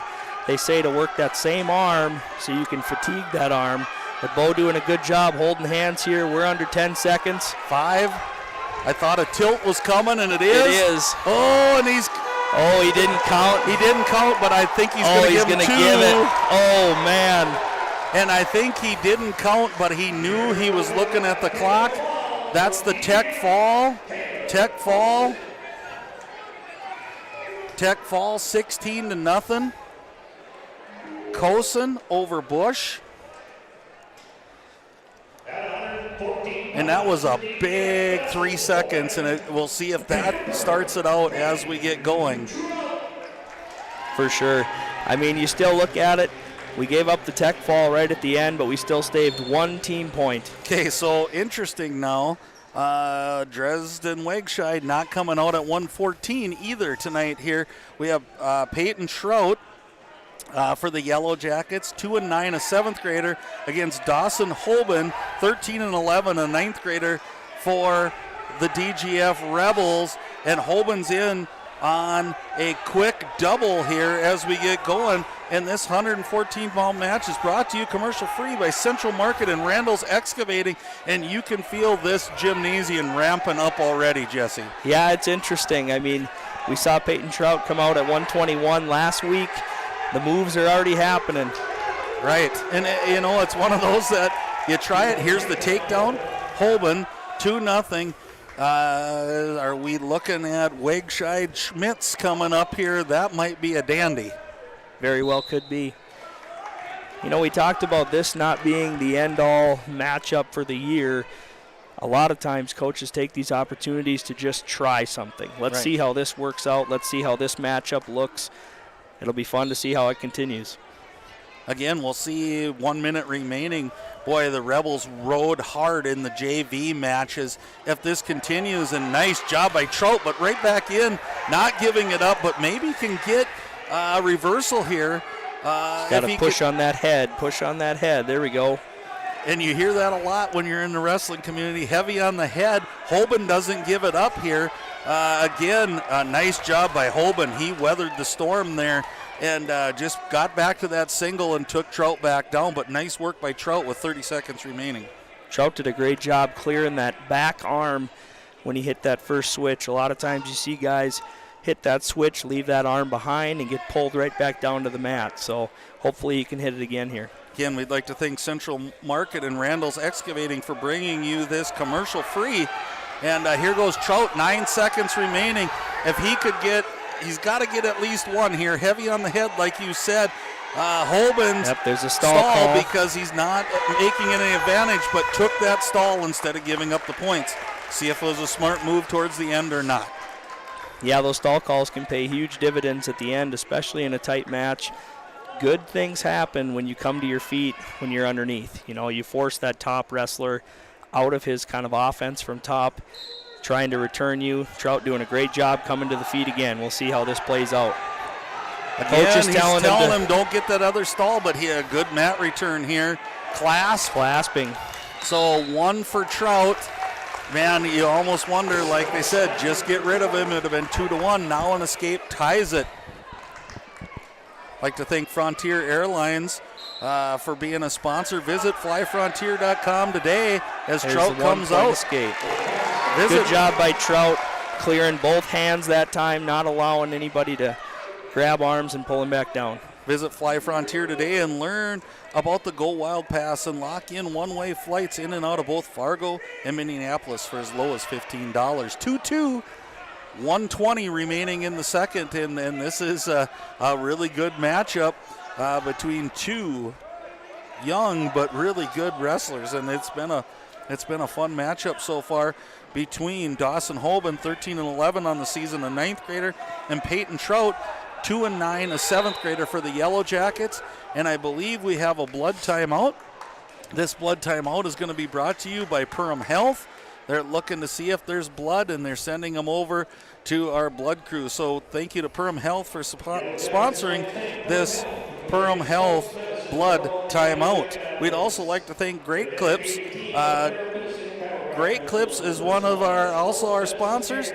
Download the Great Clips app from the App Store to find the location nearest you today. And also Dakota Fin and Feathers. If you love hunting and fishing, then you'll love Dakota Fin and Feathers on YouTube. Subscribe to the channel today. We're back to action thanks to Budget Blinds for the pregame show, Lakes Ace Hardware. We didn't do starting lineups. We're doing them as we go because it's happening just what we thought might happen. The starting lineups weren't worth the ink I got printed on tonight, Jesse, as we've already made some changes. So far, you're seeing Trout really work on motion. Coach Dave Vetch talked to him a lot on the break about in and out, side to side, trying to force that DGF wrestler right into a bad shot like we did there. He's got to continue to work that crossface, though. Elevate that ankle. He's got to work his way around. No takedown given. He's got to hook that leg. I'd like to see Trout go back to that ankle. There he should get two. Nice job. 20 seconds remaining, and you can hear the crowd erupt. And I think we have blood again. So Trout goes up 4-2 on that takedown. We have another blood timeout here, brought to you by Perham Health. We'd like to thank Perham Health for their blood timeout. This has been an exciting match, 4-2. We still got quite a bit of time yet in the whole third period to go. And this one was brought to you commercial free by Central Market and Randall's Excavating. So both wrestlers have kind of done what they wanted to. We've got a little bit of nervousness, shakiness. It's going to be an interesting end of the second going into the third period, and this might be one of those toss-up matches. And would you, if you don't mind, Jesse, just kind of go over what we might mean by a toss-up match? Toss-up matches are ones that could swing either way. We talked about the point system a little bit. When you're expected to win a match, let's just say regular decision, and you end up losing a toss-up match, that could be a 6-point swing in the team score. You were expected to get 3, you ended up giving up 3. So these toss-up matches come into play. I'd say there's 4 or 5 of them for sure tonight that could go either way. And I always felt that way all the years my boys wrestled, and back to watching you could go into most matches and go, I think we're going to get these 4. I think they're going to get these 4. And there's probably 4 or 5 somewhere in the middle that you go, we got to win 3 out of these 5 to win. And I think both clubs could probably say that tonight. But then again, it just takes one match where there's an upset and all that goes out the window. For sure. 15 seconds here. Great job by Trout stopping that first move. Bellying, getting him flat on his belly, riding a hard Iowa to finish out the period on top. Great job. Boy, going up 4-2 is going to be huge. 1 second remaining for Trout. Again, I think it's going to weather the storm. I don't think this one's going to end 4-2. So, again, both up. So here we go. Respecting Trout's work on top, we're taking neutral.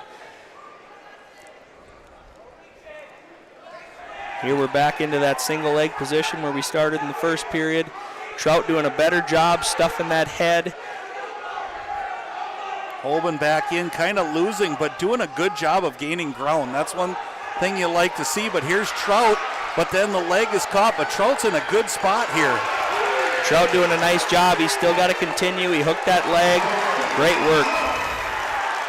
You can see he dropped those hips one more time. He crashed those hips down, and that was enough for him to squeak behind. Boy, and again, you just saw the elevation of the fans here. Trout dropped in and looked like he was going to maybe go for some back points. And another Perham Health blood timeout here as again, you have to stop the match when that happens, and sometimes that's an unfortunate part of wrestling is you'd like to keep it going if it favors you. Probably if you're the Rebels now, you're going great timing. For sure. Sometimes a fresh start's enough to give a guy a little bit of energy. I look for Trout on top, stop that first move, and get to work. Again, we'd like to thank our sponsors tonight, Waterfront Recreational, Perham Health, Central Market, New Horizons Realty, Perham Chamber of Commerce, Lakes Area Co-op, Hanson's Plumbing and Heating, Joe Foltz Construction, River's Edge Cabinetry, Interiors by Winkles, and Ray's Sport and Marine. Here we go, working that Bismarck series, kind of that cross wrist, a lot of pressure. He's got to continue not to get excited here. Take your time, trust your technique here. Roll those wrists under. He's doing a great job. You just sense that emotion from a a wrestler, and it's hard not to have that emotion. But like you said, sometimes you got to keep that under check.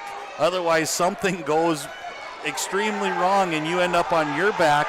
50 seconds remaining in this one. Trout up 6-2, maybe looking for bonus points for the Yellow Jackets. He's doing an awesome job with that cross wrist Bismarck series. Working really hard.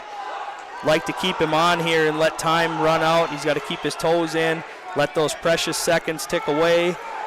Hoban doing a great job of crawling, getting to a spot where he's a little bit out of harm's way. You know, your chances of going over here are not very good because Trout's feet are probably going to go off the mat if that happens. There's a stall call underneath. Trout doing everything right now. Keeping his toes in. You're kind of in a spot where you can't do any wrong right there. 15 seconds left. Look for Trout to stop that first move, prevent any flurries. We got a little injury time here. Looks like a little cramping issue maybe, and a few different things going on here. Trainer Colton Lehman coming running, helping out. They got the clock running 7-2 in favor of Trout. This might be a big swing match for the Yellow Jackets as it's going. But I think it was one of those toss-ups when you get going. Tonight we'd also like to thank Nias Family Sales. The Nias Family Sales Service Center can service all makes and models. Schedule your vehicle today by calling 218-346-5976. We'd also like to thank Lakes Ace Hardware for doing the starting lineups as we go. Get your favorite Benjamin Moore and Magnolia paint colors, or color match any color today at Lakes Ace Hardware in downtown Perham. Forgot to mention that stall call. We asked if that would come into play later on. That gave Trout another point to be up 7-2.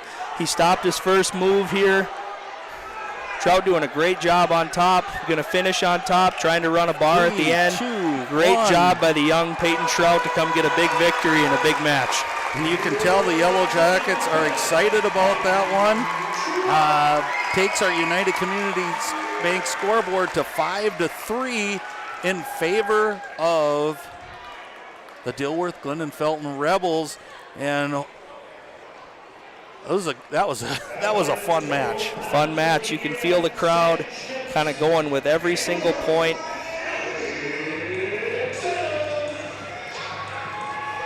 Okay, so our first kind of throw. Sam Schmitz coming out, 19-5, a sophomore against Alex Adams, who I don't have a record for, and Schmitz is coming in. So this is one favoring the Rebels as it's 2-0 already. This 121-pound match is being brought to you commercial-free by New Horizons Realty and Huseman Schreiber Masonry. So thank you to both of them for bringing this in. And again, 5-3 in favor of the Rebels on our score. Sam Schmitz versus Alex Adams. You'll probably hear his brother coming up here shortly. Sam Schmitz going to work, Jesse. Yep, he's kind of on a mission here. He knows exactly where he wants to be. He's kind of got a hammerlock set up here. Referee doing a good job making sure everything's staying legal on that first potentially dangerous. But definitely he's got a plan. Near side cradle here. Doing a good job keeping his head in his ribs. The Schmitz kid definitely a big wrestler for this weight class. Yeah, and I would think he would be one that would be looking 19-5 coming into this escape here. 45 seconds remaining. He's looking to go further than the section 2, and you can see that physicality with what he has is he's just literally just bringing Schmitz right back to the mat, and there's that chain wrestling we were talking about earlier.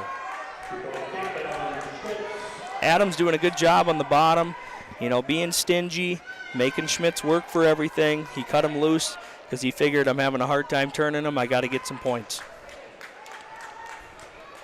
Again, New Horizons Realty and Huseman Schreiber Masonry bringing you this 121-pound match commercial-free with 9 seconds remaining.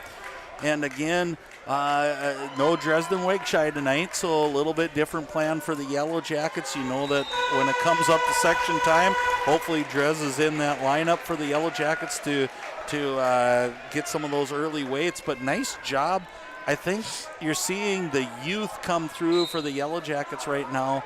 As I have to admit, I'm a little surprised it's 4-1 right now in favor of Schmitz. For sure. I know kind of saved by the bell at the end of the period. Schmitz with a quick goal behind there, but Adams making him work for it. 6-1 now in favor of Schmitz. A minute 40 remaining in the period number 2, and you definitely see a theme from these Rebels as they're really trying to get that wrist out of there, Jesse, and you mentioned it early, and here they go again. Yep, pulling at those wrists, working those wrists right to an arm bar, to a fall. So again, a fall there takes our United Community Bank scoreboard to 11-3 in favor of the Rebels. And again, thanks to Lakes Ace Hardware for bringing starting lineups that we're giving to you as we go because of all of the movement that's happening.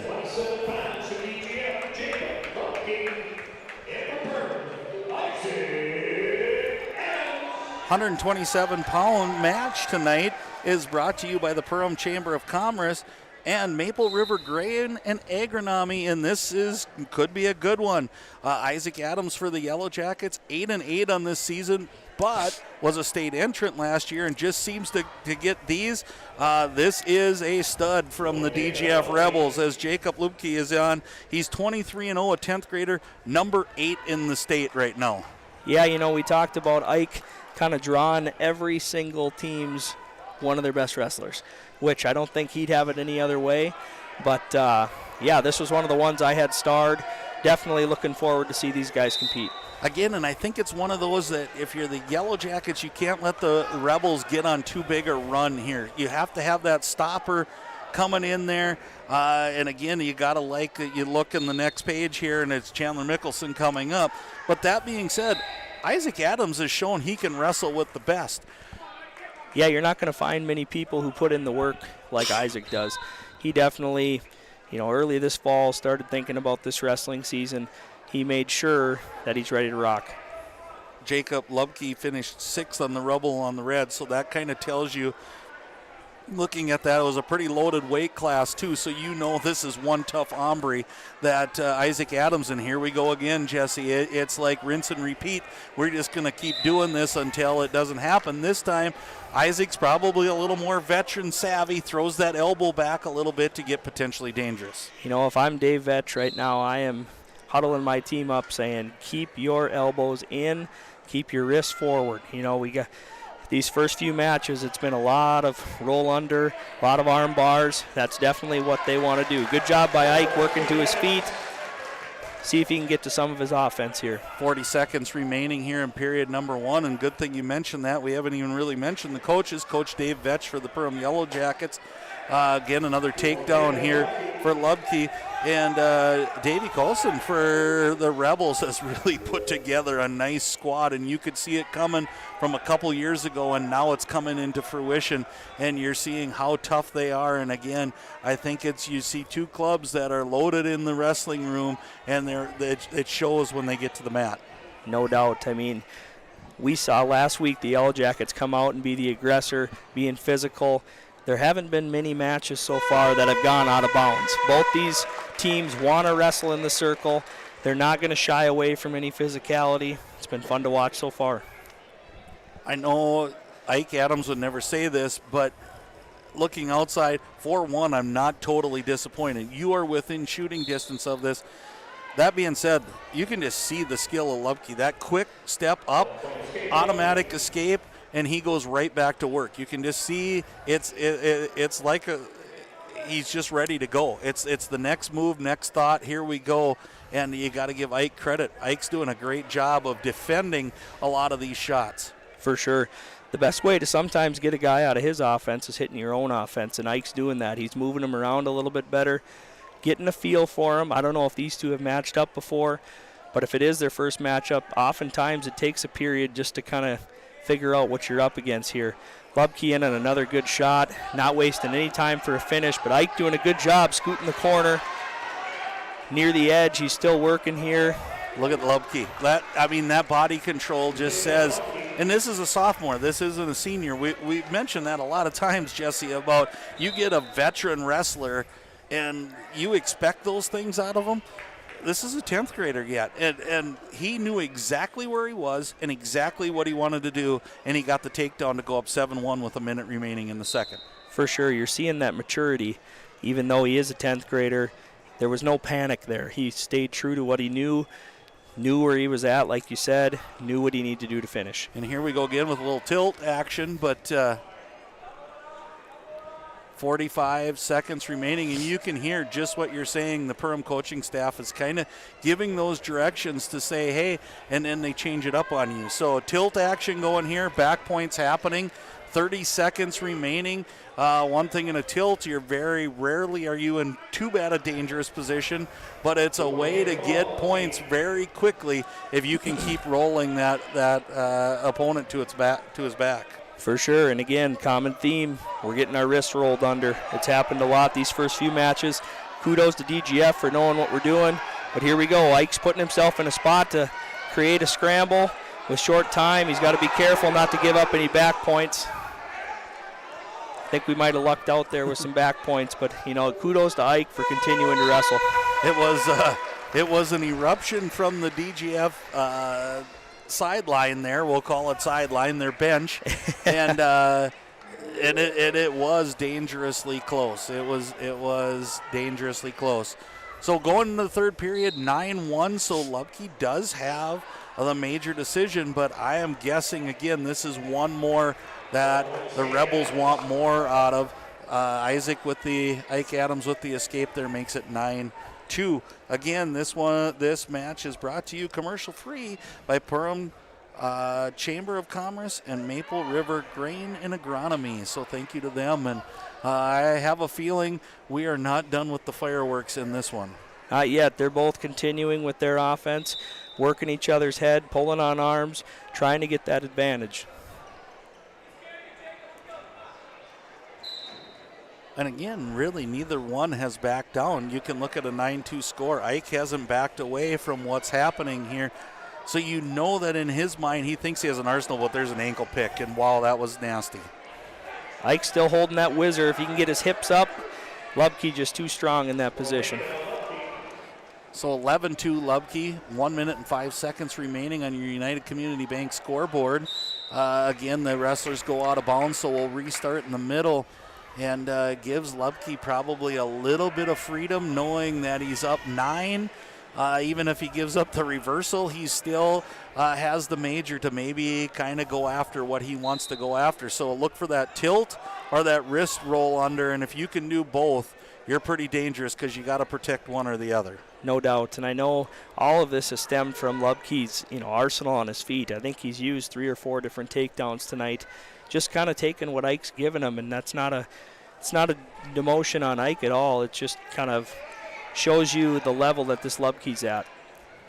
Right, we invite you when this is all over to stay here. We'll have the EOT Insurance post-game report. Grab a quote today by visiting EOTinsurance.com. While we're there, we'll have the JNL Nutrition and Backyard Wrestler of the Match, and we'll be talking about some other things as we get going. And there's the escape. So we're back in 11-3. There's 13 Ike in seconds. Ike in. This would be huge. This would be huge. He's got to work that arm out. See if he can limp arm with 5 seconds left here. Ooh, and we have a potentially dangerous. So 3.4 seconds remain on the clock. 8 point would give the major decision to DGF, and you got to think this has got to be a quick shot by Ike, and there's no stall, so Lubke doesn't go too far away. Great match there, maybe the match of the game, match of the meet. We'll figure that out as we go, but a 4-point decision gets our United Community Bank scoreboard, shows 15-3 in favor of the Dilworth Glyndon Felton Rebels.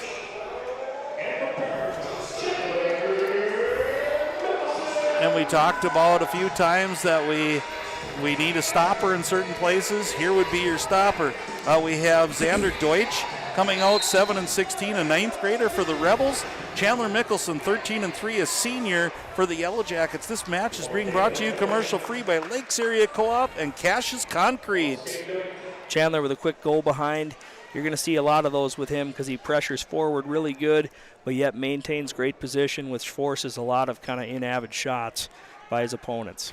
And when we talked earlier, I hope Jason Groth was listening because I wasn't. He's dead on. This is where that bonus point difference is. Ike Adams just giving up 4, not 5 or 6 to that ranked wrestler. Now DGF's got to hope the same thing's going to happen here, but Chandler Mickelson looks like he's going to try to get that 6 points. So we'll see what prevails as we get going. But those are the differences, the little differences in points of giving up 3, 4, 5, or 6. Absolutely. Chandler with another takedown kind of into his crossface cradle series here. He knows what's expected of him here. There he's got it locked, taking him over, doing a good job. Oh, lock breaks. Wow, Deutsch with a nice job of getting out of there. Deutsch, a ninth grader, so 7-16, doing a really nice job of getting out of that one. 6-1 lead right now for Chandler Mickelson. 35 seconds remaining. He's really hitting that crossface hard. Sometimes you got to be careful with that. Once in a while, you have an official who might call a warning, give a point for that, but he slaps it on again. But Deutsch looks like he can squirm out of that thing. 15 seconds remaining. Excuse me, Jesse. You're good. If he stays after this, he's going to lock it up here. He's got to stay after that crossface. He's continuing to work and be physical. He's got to just keep doing what he's doing. And then sometimes it's just imposing your will with 1 second remaining as we end the first period with Mickelson up 6-1. Just showing, hey, I'm the physical dominant one here. And you saw that out of the Rebels wrestlers earlier. I was also really pleasantly surprised to see that out of young Mr. Peyton Trout, as he became the one who was kind of taking it to the one who was giving it by the end of the match, and that might be the difference in tonight, depending on what happens in the future here. Those big moments for those younger wrestlers, I mean, that'll be a moment he'll remember forever out under the lights. Right, we'd like to thank our DGF sponsors, Cassius Concrete. There's a big move by Chandler. He's got to recover, though. No points yet. Again, and a big move by the DGF wrestler as they're on the edge of the mat here. Minute 15 remaining. And about the time I start thanking sponsors again, it'll break loose again. But again, we'd like to thank Cassius Concrete, Randall's Excavating, Huseman Schreiber Masonry, and Maple River Grain and Agronomy for following along with us tonight and sponsoring these commercial-free matches. I'd love to see Chandler to just hard snap down here to a goal behind, get back on top, and start working your stuff again. You know, we were 6-1 at the end of this, really looking. There's a stall call. Chandler trying to get really physical here. It was 6-1, and there's a big move. You can see the Yellow Jacket fans come to their feet. Again, we're to the edge of the mat here. It looks pretty tight to me.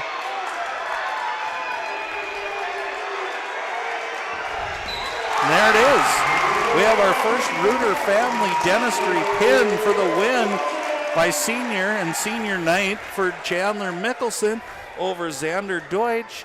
And that brings our scoreboard to read 15-9 in favor of the Dilworth Glyndon Felton Rebels.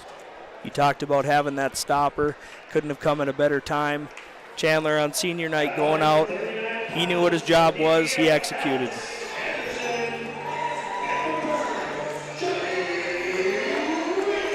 Okay, so we're switching around here a little bit again. We're starting to play that cat and mouse game as we're making some moves. 139. This match is being brought to you by, try to read, it's so dark in here, but Hanson's Plumbing and Heating and Randall's Excavating. So thank you to both of you sponsors for bringing this. This is Alex Anderson for DGF, 2-1 on the season, a junior. He is wrestling Johnny Ramos. So a little switcheroo here as we get going. Johnny Ramos 9-10 on the season, a sophomore, and Ramos with the early takedown. Yep, nice go behind by Johnny, keeping his legs back, being quick. Dave Vetch telling him to cut him and get after it.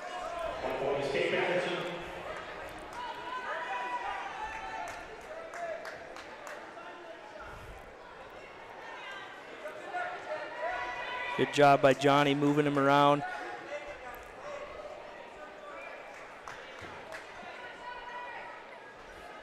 Again,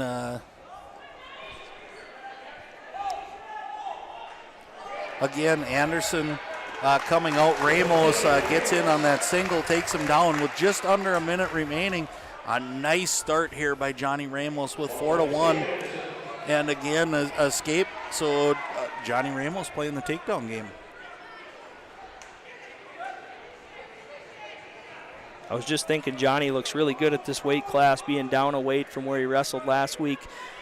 But this DGF wrestler, Anderson, he definitely fills out this weight class as well. Yeah, he's got to be a full 139. I didn't get the weigh-ins from tonight, but I'm guessing he was fitting the bill there as we get going. So, again, a good start. 15 seconds remaining here. A good start. 4-2. Again, it's such a dangerous position, though. 4-2 sounds, you've got 2 takedowns. You let them up twice, but again, you're 1 takedown away from this thing being tied and we've got 5 seconds remaining. It looks like we'll go into the second period. Ramos leading 4-2. Ramos doing a good job staying inside on those bicep ties, kind of driving the bus, Rob Mosier used to say. Pushing him around, getting him to where he needs to be to score. Again, this match brought to you by Hanson's Plumbing and Heating and Randall's Excavating. Thank you both for sponsoring this as we start period number 2 with Anderson in the down position, Ramos in the top. Again, it's one of those, it might be one of those things that we talk about, Jesse, that if it comes to that point, give up 1, not 2. Don't let that momentum slide, because it seems like sometimes a wrestler can be behind, they tie it up, and all of a sudden they find new life. Yep, you want to work your way out of striking distance. That's kind of the rule of thumb there. Johnny doing a good job, staying tight, staying behind the arms. See if he can flatten him out again.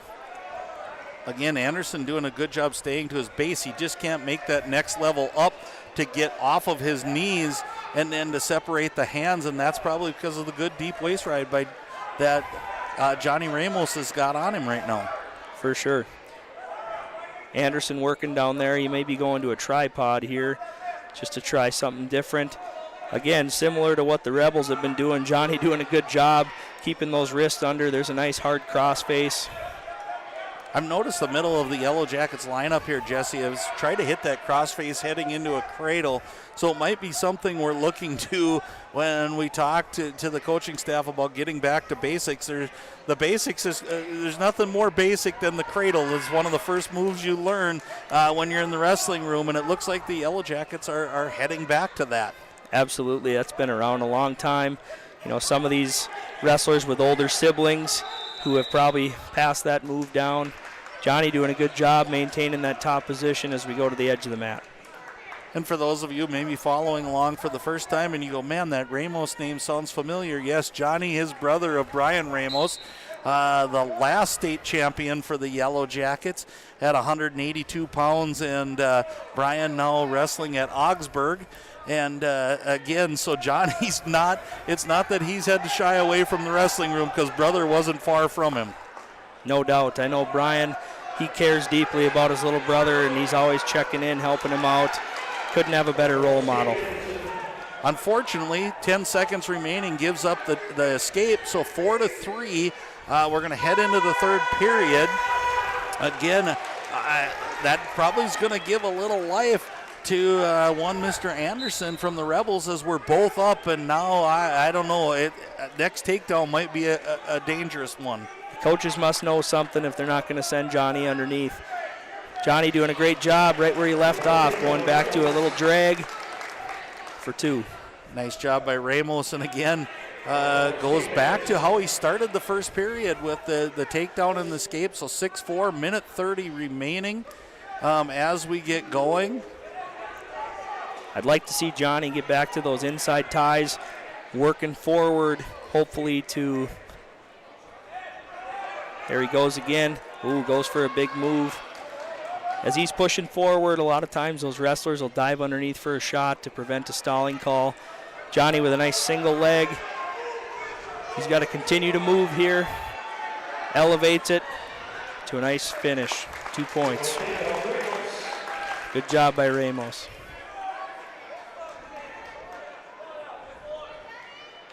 Oh, set him up for a big one. Was going to cut him loose and then went for kind of a haymaker headlock. Almost landed it.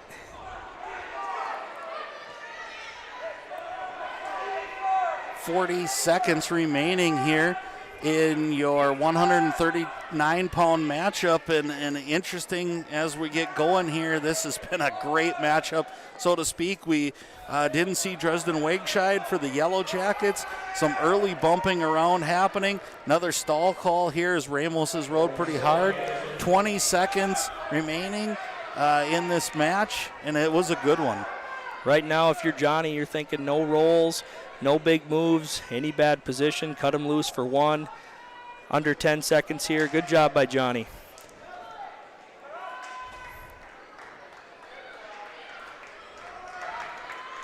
Hard-fought match by both wrestlers there. Both of them working all the way to the end. Johnny Ramos with an 8-4 decision takes your score to 15-12 in favor of DGF, and now it is tightening up as we get going here. Great match.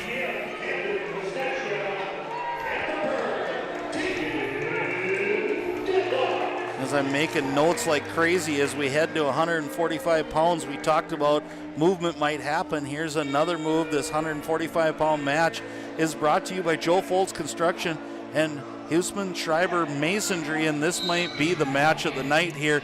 As we bumped around, we've got Camden Mustaschia, a senior at 21-4 for the Rebels against Tegan Detloff, most likely bumping up here. He's 22-7 as a ninth grader, but don't let that ninth grader fool you. He is a veteran wrestler. Right on cue, Tegan in on a single leg, trying to stay on the mat. Mustaschia working to the edge. He's got to be a little bit careful because if he goes to the edge too much, that could be fleeing. Good job being aggressive. And nice job by Mustaschia getting out of there without fleeing off the mat. And if you kind of want a little pedigree, you have to look no further than Rumble on the Red, where Tegan Detloff finished 6th. And as a ninth grader, that is an impressive feat. So this is going to be one of those matches that might be now a toss-up match because of all the movement we've had, starting with the early right away in the 107-pound match. When we thought we'd see Cosin and Wegscheid, we ended up seeing Cosin and Bo Bush, and it's been movement ever since. Well, to add some merit to that 6th-place finish at the Rumble on the Red, we just got done talking about Lipke finishing 6th at the Rumble on the Red. So exactly, and there's going to be some really good matches coming up here, folks. And Tegan's back in again on Mustaschia, and again, Mustaschia showing some of. You always wonder again that bumping up a size. Mustascia's probably coming down from 52, and Tegan's going up from 39. So you're talking about two totally different body sizes here. But Tegan's got the length, and sometimes that's crazy, but you can just see the build on Mustaschia as we got 18 seconds to go, and this is going to be a fun one by the time it's done. That's that same single leg shot. Tegan has timed it up twice. I'd love to see him come with 2 hands there and get 2 hands to that leg and run his feet to it. But like you say, this Mustaschia is a big 45-pounder. You know, and you look at that, and he met. There's a stall, so we'll put that one into our toolbox for later, knowing that might be key. This might also be key of what we decide to do. Mustaschia defers. Detloff says down. Again, some different things happening, but you had said earlier, and I took notes on that. If someone's getting offense on you, meet it with your offense. And I saw a little different approach by Mustaschia on that one. Kind of an inadvertent whistle situation here. Looked like a great jump from the bottom, but the referee is just going to take that one. We're going to reset it.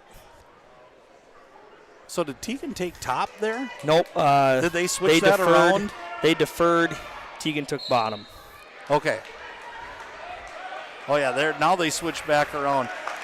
Gold singlet kind of looked familiar in the darkness here. So Detloff out early with in about 11 seconds. So now we're back to the square one again, because you got to imagine if this is the way it ends up, Mustasha's going to take down, get his one, and then we're going to battle. So I don't think either wrestler's going to let this sleeping dog lie. They're going to try to get that takedown. For sure.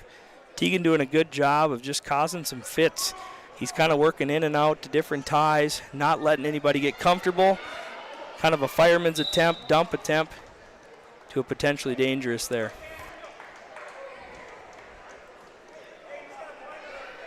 You can kind of sense, I wish you could feel this at home. You can kind of sense the tension, like this is where we see the match maybe turn and tide one way or the other with these two wrestlers, because it got extremely quiet in here. And you can almost just cut the tension with a knife. Is a nice move by Mustasha, but even maybe better defense by Detloff. Wow, that was some awesome defense by both wrestlers there. Definitely, Mustasha was in deep, had a good dump. Tegan kind of hipped over, put two hands on that wrist to prevent Mustasha from bringing around for two, working back to their feet. Both guys working hard. Man, we don't even have to bust away from this. We want to thank you to Joe Foltz Construction and to Huseman Schreiber Masonry for not letting us go to commercials. This is a dandy, and here we go. Tegan in pretty deep here. Mustasha's got awfully good balance, Jesse. Yeah, he's doing the splits on the side there, showing his flexibility, but Tegan did a great job going two hands and running his feet to that leg. The crowd wants two. The Whizzer's still in. There should be two if he grabs that other ankle. And they're sliding so dangerously close. You're wondering, we got 12 seconds remaining here. Tegan trying to pull him back on the mat. Mustasha with unbelievable flexibility being shown right now. This is awesome. That's a college level scramble right there, where one guy's doing the splits. Tegan goes around the waist, but Mustasha keeps that whizzer in. No points. There's been a lot of those situations tonight. That's awesome wrestling. We're gonna go into this match here, into the third period. 1-1, 2-1 now, as Detloff allows them up. So 2-1 in favor of Mustasha. And again, one of the things that you can't do is get frustrated if you're Detloff. You've had good shots, you've been in, but Mustasha has just shown that ability of like supreme flexibility. And there's another stall. So now we're all knotted up. Minute 45 to go. The table's set. We talked about awarding that offensive wrestler, and from the snap or from the first whistle, Tegan has been the aggressor. Kind of an over-under tie by both guys here. We haven't been in a position like this yet. You look for Tegan to stay in good position. We're knotted up here. Who's going to make the move? Who's going to go get it done for their team? Both coaching staffs up giving their wrestler a little bit of advice, and it's just really crazy now, and you probably wondering a little bit. I think they could hear it in the other gym, because it's starting to pack up in here now to watch this one. Nice little series there, kind of a fake shot to a double leg. Mustasha doing a good job fighting it off. Been in a lot of different positions here. This is a great matchup. The one I worry about, that I'm wondering if Mustasha will go back, but Detloff's doing a good job of dragging him down right now, is his power on top is what's got me. And I'm wondering if Mustasha, when it gets down, either go to overtime, or if he won't try to impose his strength a little bit, getting some sort of upper body thing going. He's wrenched on that dump a couple times. You know, if Tegan goes to an underhook, he's got to be a little bit careful here. Man, this is Section 8 AA Wrestling Championship type quality right here, Jesse, and we're getting to see it in the regular season, so just awesome. Just under 40 seconds left. Both guys kind of sizing each other up. Tegan with another single leg attempt at the end there. Another shot underneath. Here's He's what being I'm talking aggressive. about. He ran to that single on the edge again, similar to, there he is, drops down on a 2-point takedown. Holy cow, that was, and the place just erupted. The tension just let loose as up 4-2, 15 seconds remaining, and Mustasha has to make something happen here fast. 10. It doesn't look like we're just kind of riding out. No stalling on. He could take a stall call here. That's it. That's it. So the escape happens. .4. Did they call at the end? So 1 point escape, .4 left on the clock. Again, all but arbitrary. What a match by Tegan Detloff. 4-3. Tegan Detloff definitely throws his name in the hat for the wrestler of the match coming up here at our AOT postgame show as a huge victory over Camden Mustasha, which ties the score up halfway through. It says a lot about a kid, or it says a lot about an athlete for a coach to bump up a kid to wrestle a really tough wrestler and for him to go get a win like that. Whew. Might have to take a breath here. We're only halfway through. 152-pound match tonight is being brought to you commercial-free by Nias Family Sales and Service and Maple River Grain and Agronomy, and we thank both of them. We have on the mat, I believe, I missed it, but I believe it's Austin Leinhardt, 18-6, a junior for the Rebels, and Carson Beyer, 16-7. Senior, one of those seniors we honored tonight. If you're a Yellow Jacket fan, Carson comes in ranked number 9 in the last guillotine and definitely helped him becoming the Jackhammer Championship. Kind of elevates your name, I think, across the state a little bit just for the size of that tournament and what you have to do to get through that. No doubt. I know beginning of the year, Carson kind of had the Isaac Adams treatment where he found his way into a couple buzzsaws down south at a couple tournaments.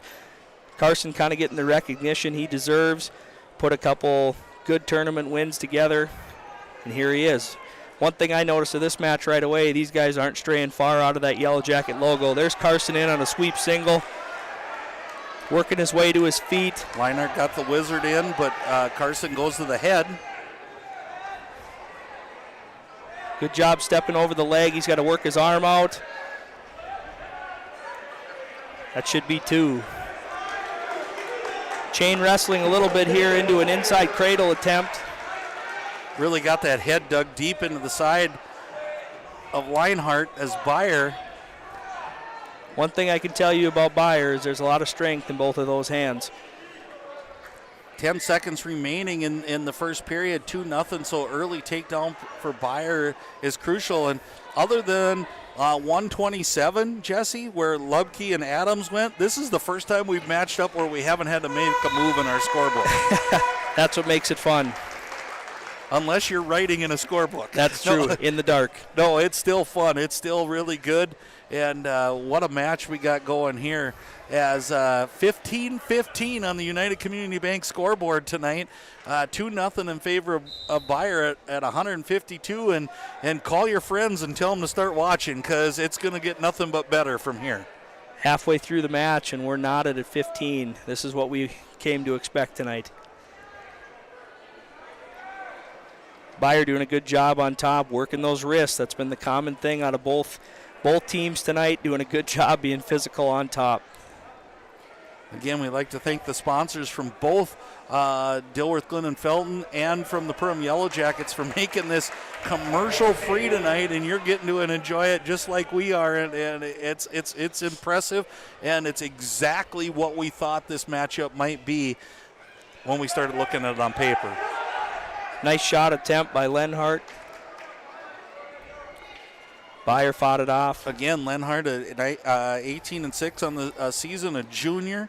Carson Beyer, 16-7, a senior, ranked number 9 currently in the guillotine. We've got just under a minute left in the second period, 2-1, and man, can these get any tighter?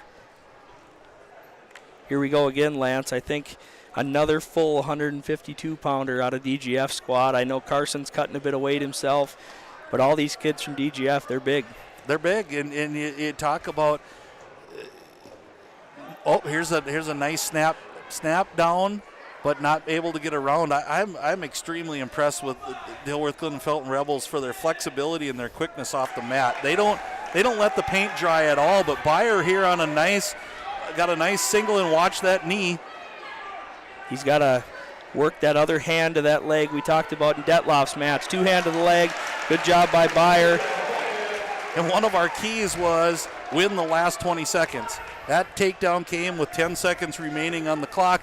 Byer's going to take that a 4-1 lead into the third period, and that's so crucial. And sometimes it's kind of will breaking for the other person when you give up something after you wrestled so well for a whole period. For sure. Byer going to the other leg with the sweep single that time. That's something that's not always easy. Usually, a wrestler's got one side that they favor for certain moves. Byer going to a sweep single on both sides for takedowns. Lenhart doing a good job stopping Byer's first move. Again, this top wrestling tonight has been really impressive by both teams. And again, here comes Byer up to his base. Lenhart says, let's go. 5-1 Byer.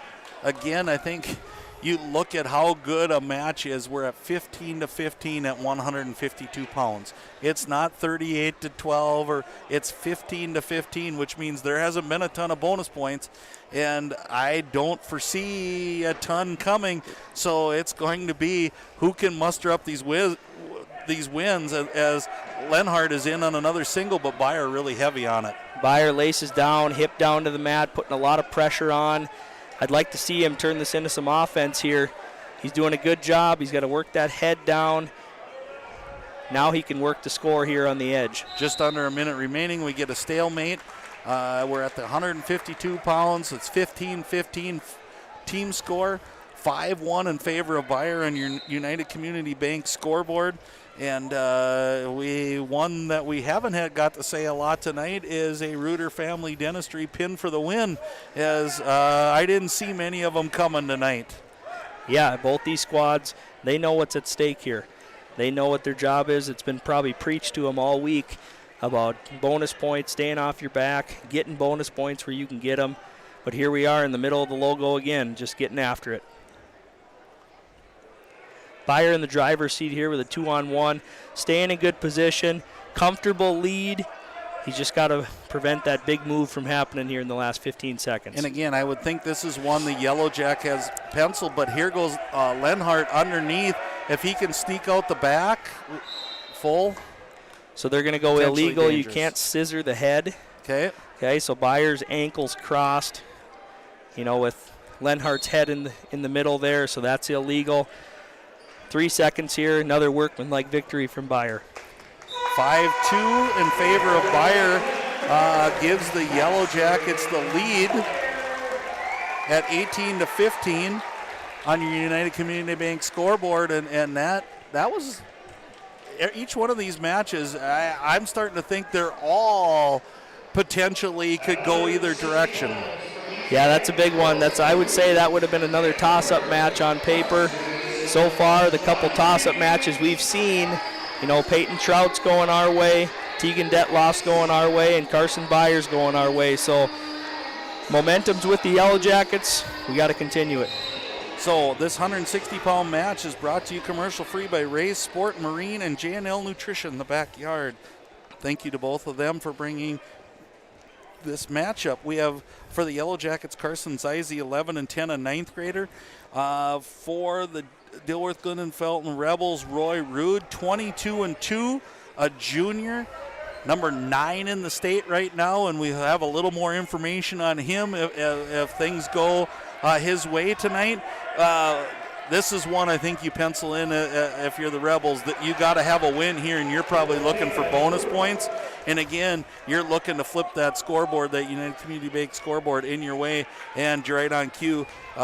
Rude with a takedown. Yeah, definitely. Rude controlling the ties right away. Kind of a sure takedown.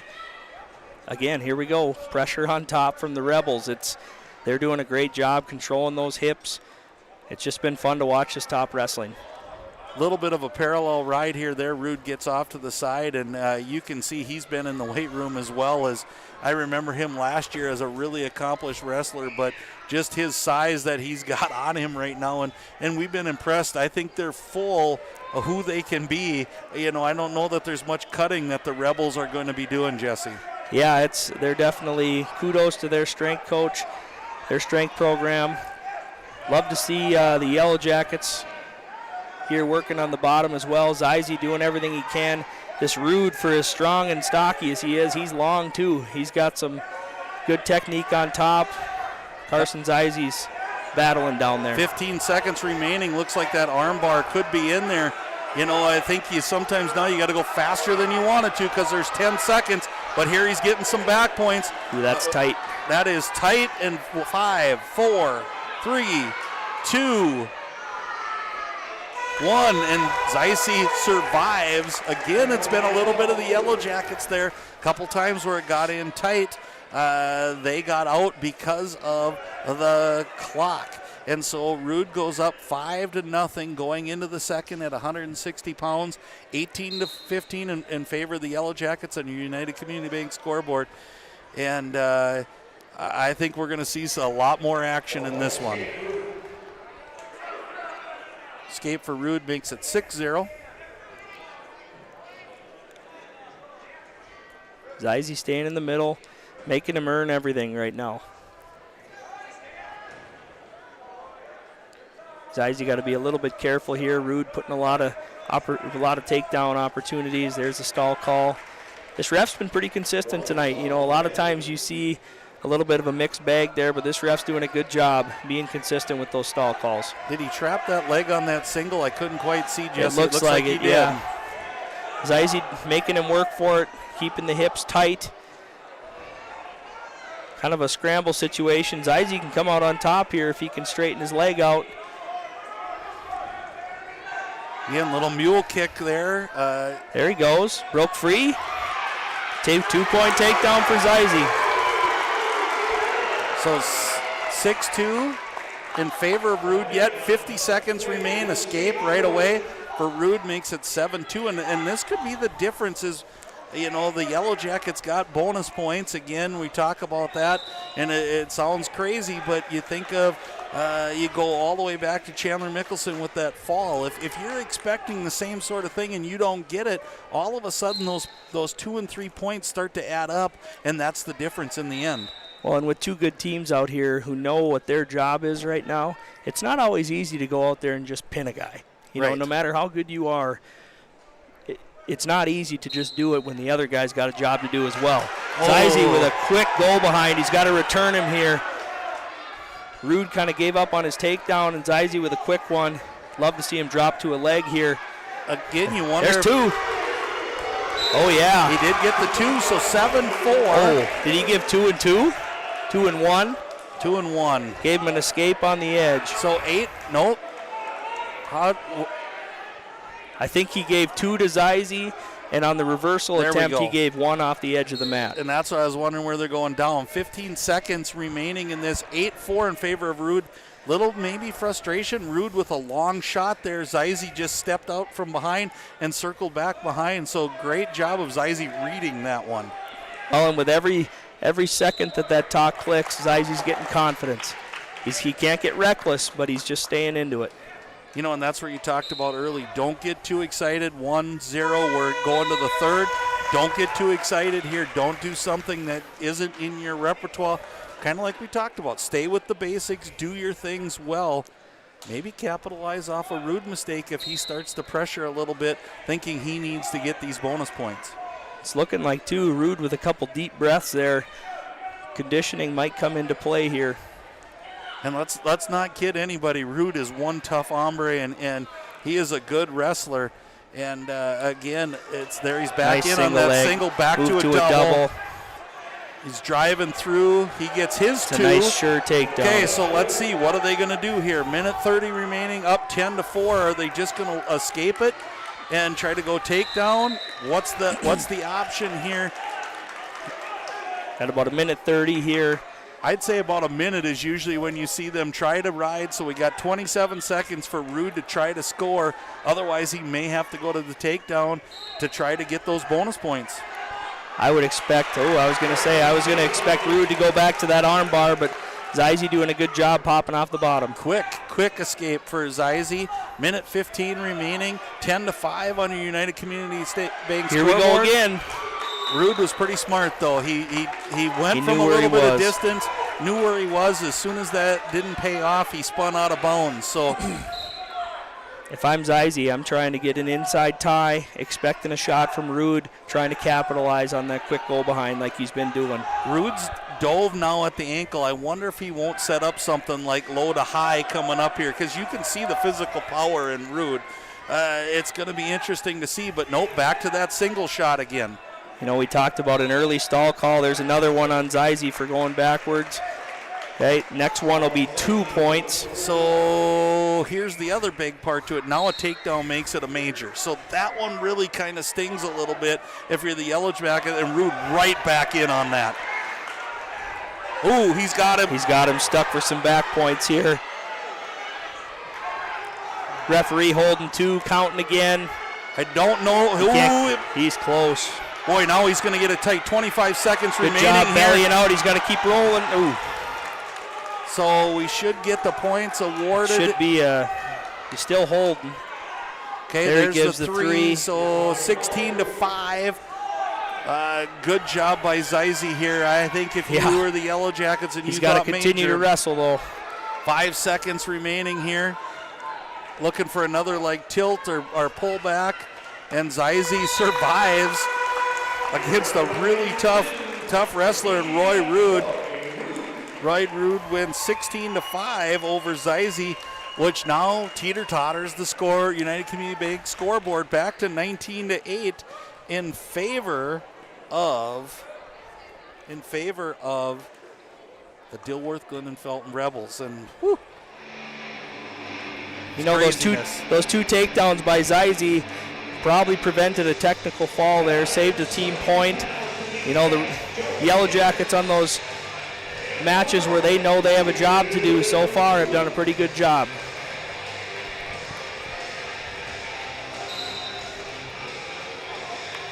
Okay, so we're heading to 172 pounds. Another switch up happening here from what we had before. We have Joey Ahrens on the mat for the Dilworth Glyndon Felton Rebels. He is 10-8. He is a senior, and a quick takedown. A change here, not Tristan Larson, Logan Gook. And Logan, if you guys have known the Gooks, this is what you've grown to know and love. They're all over the place, but good job by Ahrens to kind of stick with that scramble ability, and this is going to be a wild one. Logan's got to be a little careful here. There he lets go to get back in good position. We didn't even get a chance. This 172-pound match is being brought to you by River's Edge Cabinetry and Frontier Airlines. Frontier Airlines. Whew, that was a start. They're not letting us get much of a breather here, Jesse, as we get going. And this one has the makings of maybe one of the most entertaining matches of the night. We're kind of at a who-has-who point right now. Both wrestlers scrambling around a little bit. Gook's got to be a little bit. Made that. Who's got who? Gook's got to be a little careful. Again, little cradle maybe situation right here. This is Joey Ahrens, 10-8, a senior. Looks like he has it locked up. 35 seconds remaining. It's if he's in a good enough position to get him over, and there he slips his body back over, and that's an important part. But Gook breaks it. There he goes for the 1-point escape. Oh, Gook right back in. Little look, and Gook just with the slam. Again, Ahrens took a little look at the score clock, and you saw Gook, and here goes Aaron out the back, and holy cow, Jesse.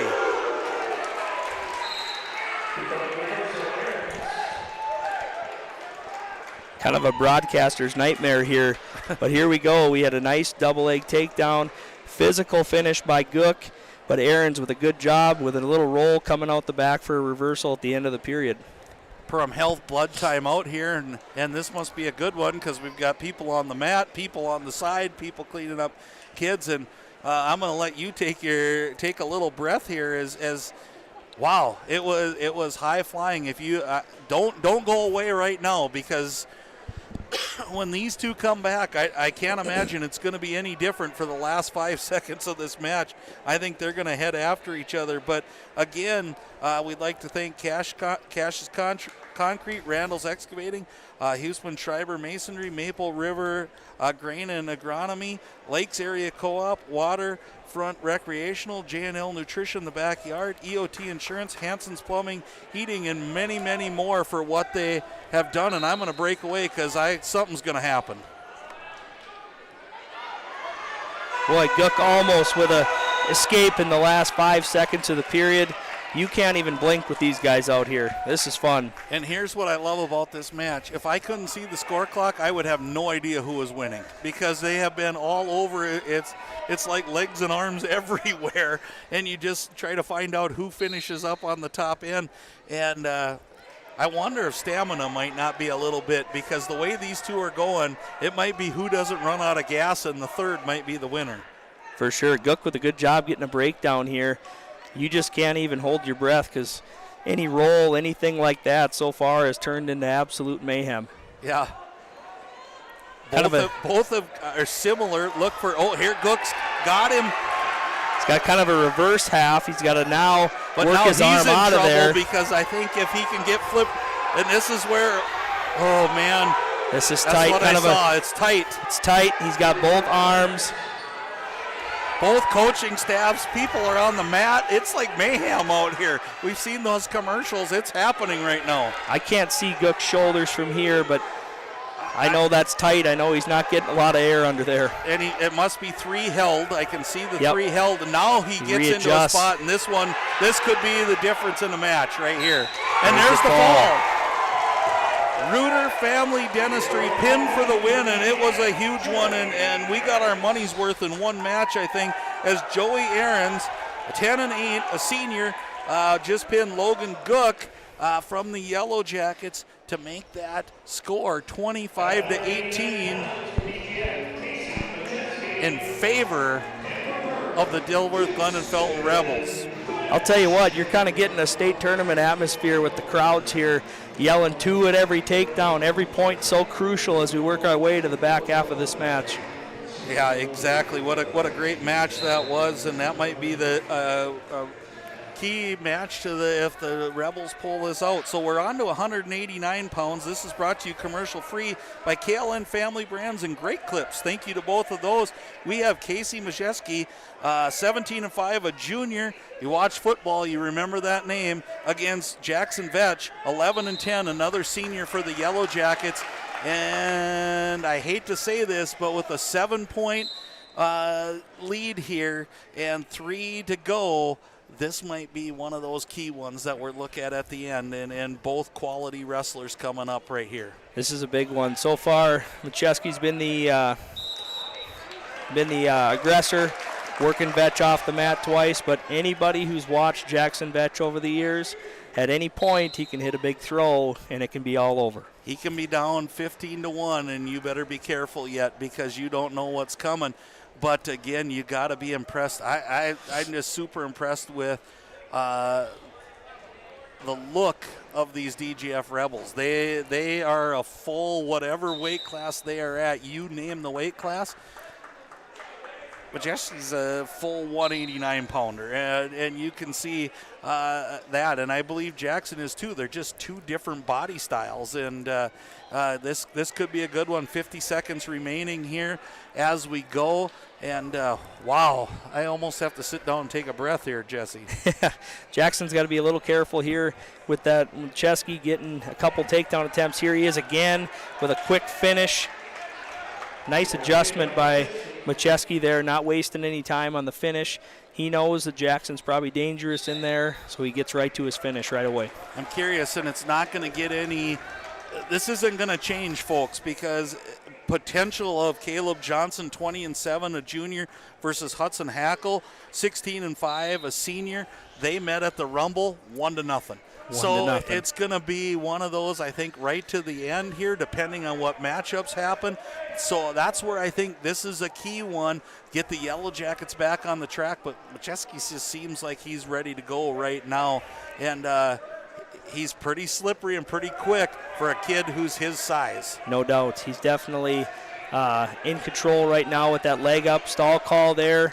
Nice job by Jackson keeping his balance there toward the end of the period. Again, and you hope that doesn't matter. It did earlier. We said they decided to take that stall call to ride out and not give that point. So 2-0 in favor of the Rebels here on the United Community Bank scoreboard. And wow, this is going to take a while, even in the EOT postgame show, to kind of talk about everything that transpired here as Macheski out, and it's 3-0 in favor of him.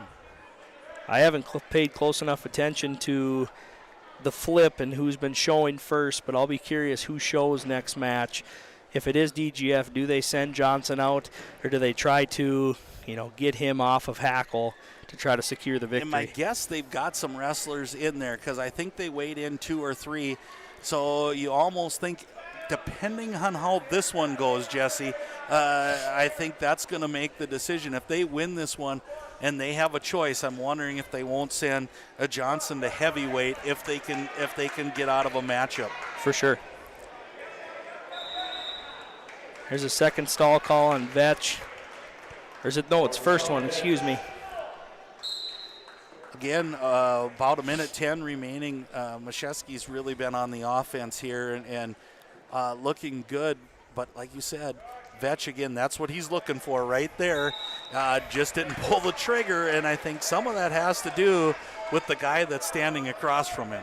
No doubt, definitely. Jackson knows where he wants to be. Sometimes I'm sure his coaches think he shouldn't be there, but then you go no, no, no, and yes, and we've seen it many times. Yep, exactly, and Jackson is one of those seniors we honored tonight, along with Chandler Mickelson, Hudson Hackle coming up, Carson Byer, Jackson here, and Braylon Rock, and so great seniors, and he's brought the stands to their feet many, many a times in the last few years. Macheski seems like he's really controlled wrestler, though. I saw that early firepower, Jesse, and I thought he might be one of those that's just that high octane but he seems really controlled, and he's kind of setting up what he wants to set up. I think he got that early takedown and now is just kind of working it to his favor.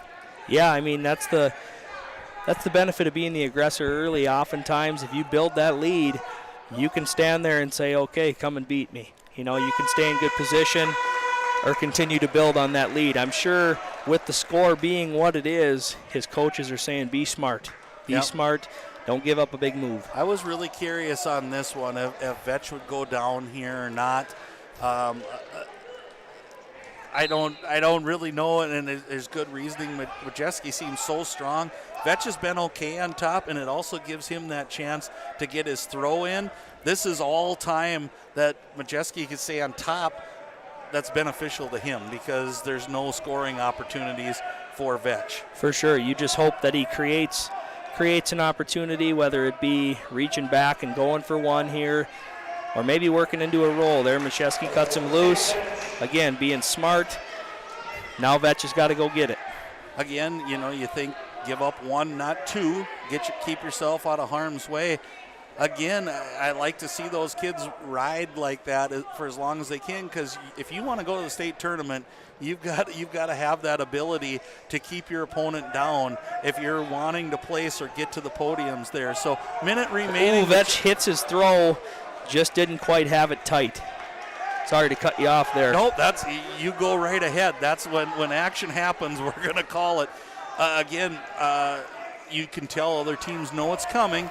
But Majeski, you almost saw him take that sigh like, whew, I weathered that one. So he knows how dangerous it is. Here goes Vetch again. You wonder if you get Majeski backing up, if you'll get that stall. 40 seconds remaining.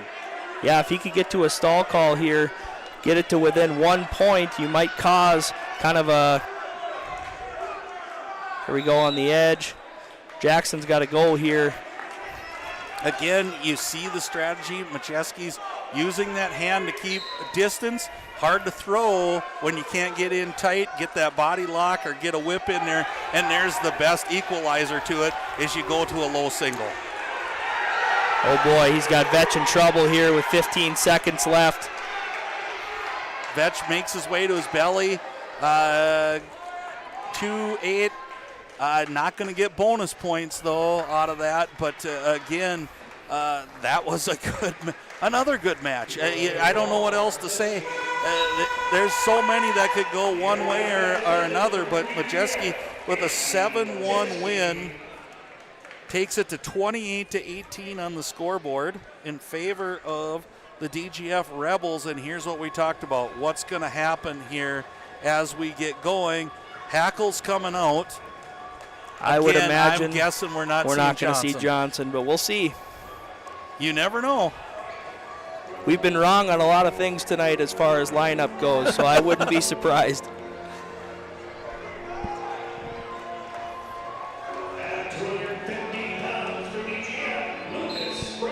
Okay, this is who weighed in at, they both weighed in at 215. This is Lucas Breckenridge. He is 8-7 on the year, 10th grader. Hackle is a senior, 16-5. One of those 5 seniors that we talked about. Again, we'll honor them again towards the end of it. But again, Hackle with the early takedown. We have a Perham Health timeout. You know, you got to think, you got to get 10 points to tie. And again, so you need a pin and a major, and it looks like a little bit of an uphill battle as they've got Caleb Johnson still in the stable, 20-7, junior, probably going to face off against Cash Burke, 6-11, also a junior, and we're going to see. So we're in the middle of a Perham Health timeout. Again, all you can do if you're Hudson is do what you can do and get the victory here. If you can get 6, great. But I almost think he's going to have to push the issue here because the staff's expecting him to try to get that 6 points. Absolutely. You got to do what you can for your team in these situations, and judging by the start of the match, Hudson knows that. This 215-pound match is brought to you commercial free by Interiors by Winkles and Lakes Ace Hardware. Thank you to both of those. Lakes Ace Hardware, we didn't give a starting lineup because of the way my score sheet looks right now. We thought this would be one where there was movement all over, maybe not quite as much as we had. Good. Breckenridge tries a little switch there, met by Hackle, and now Hackle's kind of overpowering him right now. I can imagine with head down on the mat, it's only a matter of time here before we see a stall call. Again, and I guess DGF, you'd probably be okay with that, but here Hudson gets that arm up. Hudson does a good job working his way over slow, getting his back points before he, now that he's holding 3, I imagine he'll sit through. Trying to put a lot of pressure in, 50 seconds remaining, long time to sit there. Bare minimum, Hudson's up 5-0. I'm sure he's looking for the fall right here. There we go. And there's a Reuter Family Dentistry pin for the win by Hudson Hackle over Lucas Breckenridge. That brings your United Community Bank scoreboard to 24-28 in favor of the Rebels. So you're looking for a major, a tech fall, or a pin out of one Cash Burke coming out. And he's going to face a junior, Caleb Johnson, 20-7. Not very often, Lance, do you get to say, here comes their team's quarterback at heavyweight. But you never know what can happen here with Cash. You know, and that just shows you his ability. If you got to watch him on the football field, he could move, he could do the things that he needed to. And anybody who knows Cash knows that this is going to be a free-spirited try here. And so, Jimmy, bar the door. Here we go. Here we go. What more could you ask for? Coming down to heavyweight between the number 1 and number 2 teams in 8AA. This is why we came tonight. Nice double leg attempt by Johnson there. Both crowds are into it. Coaches are getting excited.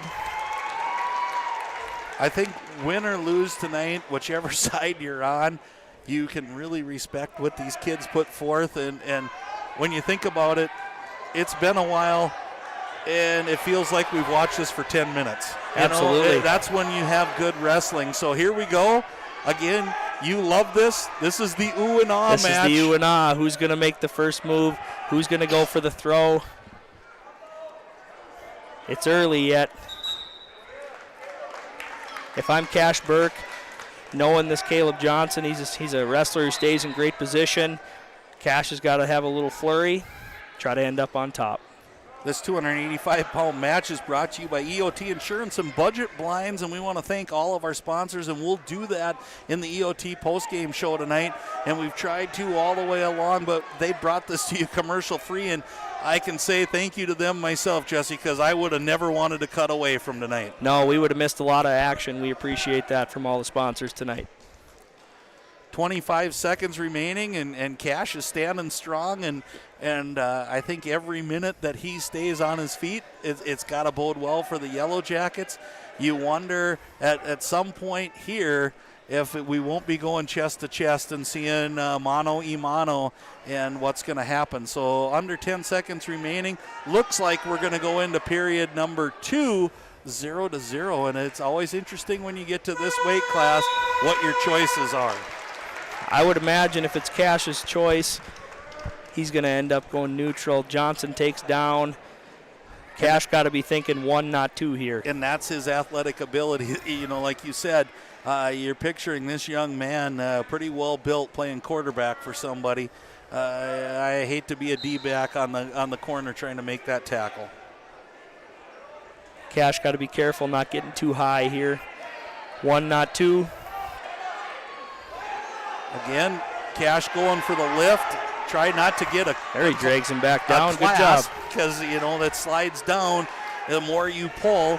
Nice job by Cash. And Cash, they just said, cut him, Cash. Yep. That's a smart move, especially when you get into that danger zone of not really having the grasp you want. You don't want to end up on your back.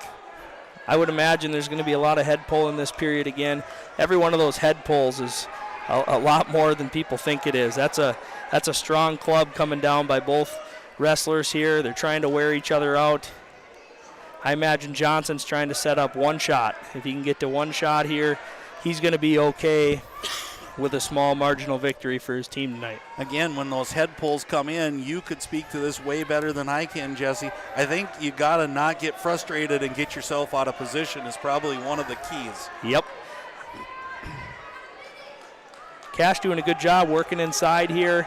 It always seems like you get down to that 40 seconds, 30 seconds, and here we are locked up again. Yep. Makes for some interesting. And the next thing that happens, we get to the edge of the mat, and then here we go. People at the scores table are holding their breath right now that they don't come flying into there. Under 30 here, stalemate called. But again, on WWE, they end up at the scores table all the time. So I can imagine, you know, this has been a good one. Under 25 seconds now. Again, both wrestlers kind of that physicalness of trying to oppose their will a little bit by those ties and those pull downs, and you know, you don't want to say a slap, but it's coming aggressively. Absolutely. It's all part of it. We're digging here under 5 seconds. Looks like we're going to go into the third. Cash Burke down 1-0. Again, right at the buzzer. There's some action. I could have swore I almost heard those chests collide from here.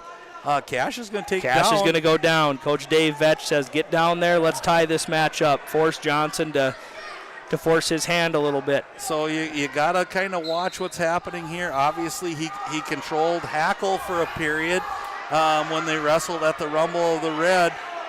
Maybe this is his strength, but again, you don't want to see Cash here. When you've bellied out, you don't have much power. You got to gain control back, get your knees back underneath you, get a good base.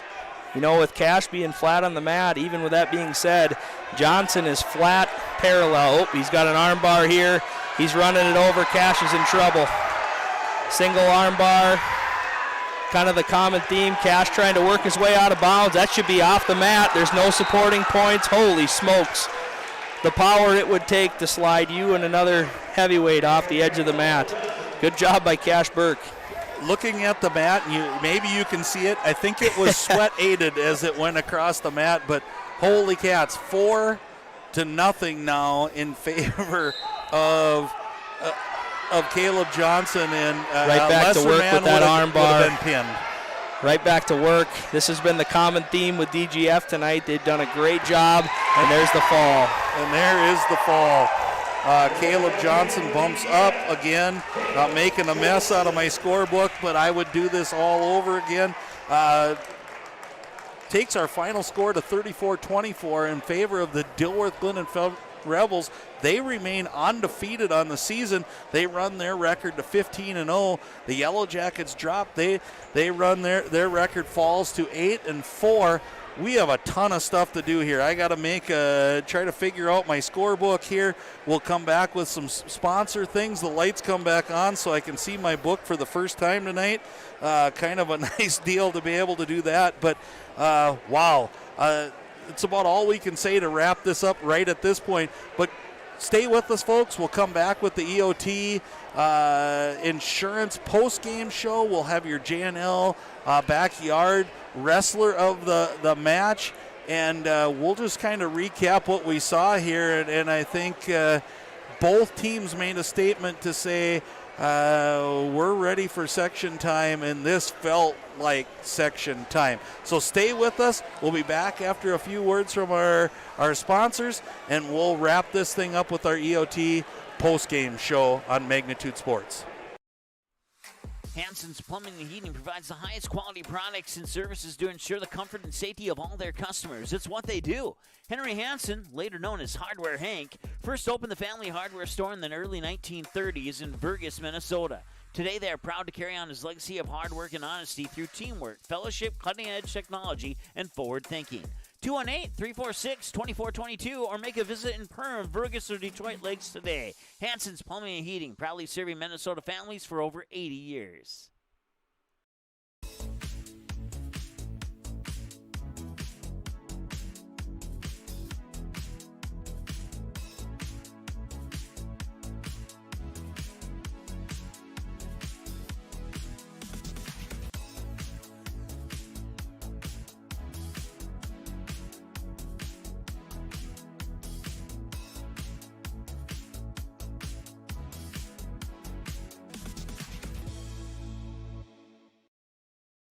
Every day, thousands of dogs in the lakes area are told to stay.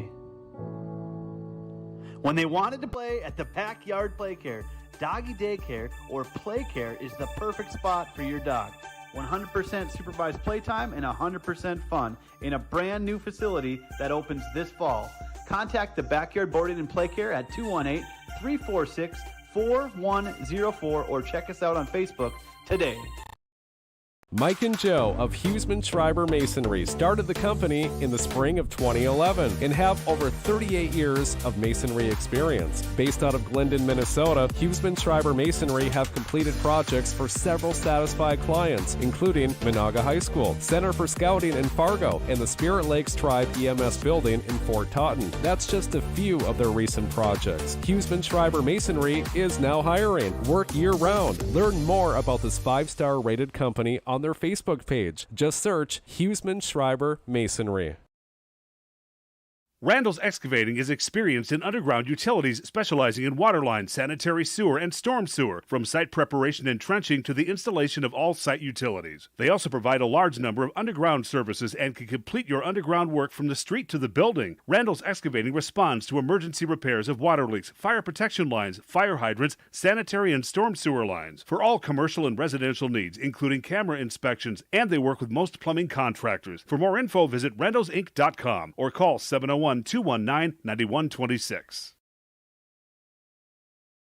You have options when it comes to purchasing your crop inputs. At Maple River Grain and Agronomy, it's our goal to provide our member owners with the best possible customer service from people that you know and trust, who grew up around here and know what it takes to run a successful farming business year-round. The team at Maple River Grain and Agronomy can anticipate our customers' needs. They now serve the DGF and Barnesville communities, as well as Rothsay and Sabin, plus many other locations across North Dakota and Minnesota. Visit mrga.com today to learn more about Maple River Grain and Agronomy. Concrete is used in nearly every business and residence thanks to its durability and low cost. Whether it's your home, farm, or business, your concrete will likely need maintenance or repair given our harsh winters. The team at Cash Concrete has over 20 years experience and is able to provide the best, most cost-effective service in today's market. Call 701-219-0425 or visit cashconcretefm.com to get your free quote. Cash Concrete, proudly serving North Dakota and Minnesota commercial businesses and the community since 1995. Welcome back as we have a final. The DGF Rebels 34, Perham Yellow Jackets 24. And Jesse, I don't know that you could have drawn up a script any better than how this played out tonight. Even in a win or a loss, this was incredible. This is a high-level match for sure. I mean, even with a 10-point spread we talked about earlier in the match, that's maybe a one-match swing, one big move, one move here or there, and you could go through almost every one of these matches and figure out where you can save a point, where you could gain a point. But that's going to be what these Yellow Jacket coaches are going to do from here now to the end of February. And I think you can say the same thing for the Rebel coaches. I think they're going to be looking like, how do we separate this gap even further? Because we talked about you're one takedown, you're one reversal, you're one headlock away from this being a really even tighter match or going one way or the other and winning and losing. And it was just exceptional tonight, and I thank all of you for joining us on Magnitude Sports, and for our sponsors. Again, we can't thank you enough for not having to cut away from this, because this was just unbelievable, the amount of close matches that we had. And I don't even know if I can recap because we couldn't see what we were doing up here, and I was trying to make notes, but I think you can count on, well, at one time at 152 points or 152 pounds, we'll just say it this way: it was 15-15. So when you start to think about the number of matches you had, there's no bonus points being had. We talked about bonus points making the difference. There wasn't any. It was just sheer power and both teams giving it their all, and it made for an incredible evening. Yeah, it was awesome to watch, especially when you get into these heavy hitter duels. You get 7th and 8th graders and 9th graders out there who maybe haven't experienced a match of this magnitude yet. But tonight we saw a lot of those young wrestlers on both teams rise to the occasion and really come up big for their teams. We're on the EOT Insurance postgame report. Grab a quote today by visiting EOTinsurance.com. So it's almost hard to put words to it, but again, we're trying to wrap up what we just saw and what you just saw, and it was just an incredible, and I think you can see that tonight by there's not many disappointed fans leaving here, whether you're for the winning team or the losing team. Everybody really appreciates what they saw, and the Yellow Jackets definitely maybe could have had a couple more moves at the end. Who knows? But there were people coming in and out and doing different things. And I know the Rebels have a couple athletes out that may change their lineup just a little bit, depending on when they come back. But those are all things that we're going to have to wait and see. Absolutely. A lot can happen between now and section time. I know you'll find out as you see weigh-in sheets, wrestlers have to get half their weigh-ins at the weight they're going to compete at for individuals and also for the team. So you're going to see a lot of little moves. We saw a lot of moves out of the Yellow Jackets tonight. There's two approaches to tonight from the Yellow Jackets. It's either we're going to wrestle straight up and we're going to see where we're at, or we're going to try some stuff and see how it goes. And tonight I thought it went really well. I know if you look at Coach Dave Vetch, there's not a frown on his face. There's a lot of awesome things he saw from his team tonight. Same thing from DGF, coming into a hostile environment, getting a win in front of a big crowd in an environment like the Hive. What more could you ask for? Yeah, unbelievable night. And again, we'd like to, just hats off to the Dilworth Glyndon Felton Rebels as they just wrestled a whale. It started in JV, both of these teams going back and forth, and it didn't disappoint the whole night. And I'm just happy I got to witness this. And you hope at some point this is a rematch for something that's even more special. Again, tonight, senior night for the Yellow Jackets. Again, we'll just talk about seniors just a little bit. Carson Byer, Jackson Vetch, Hudson Hackle, Chandler Mickelson, and Braylon Rock. Awesome group of guys. You saw them lay it out on the line tonight, and you'll celebrate that as a Rebel fan with your seniors coming up here, probably 2 in the next few weeks. But again, it's one of those things that those seniors have put in a lot of time, whichever side you're cheering for, and you just hope all of those hours pay off, and I think tonight did, whether you were on the winning or losing side. Well, it's moments like these that you're going to remember when you're our age. I mean, there's chills going down my spine tonight through different aspects of the matches. Just remembering the ebbs and flows of different matches I got to be a part of, and you can't say enough about those seniors. Going through the lineup, you can't help but think, if you had Braylon Rock in there at 215, could it have been different? But those are the coulda, shoulda, wouldas. Unfortunately, some things are out of our control, and DGF has some guys I'm sure they wish they had in their lineup too, but that's the joy of it. And that's what makes high school sports what it is, high school sports. We've got a few things that we got to take care of yet on our EOT Insurance post-game report. We've got our JNL Nutrition and Backyard Wrestler of the Match. Jesse and I are going to arm wrestle over that when we go off air, so it's going to be his choice of who. No, I'm just kidding. We'll talk through this, and we'll be back after a few messages from our sponsorship, and we'll be back with your JNL Nutrition Wrestler of the Match.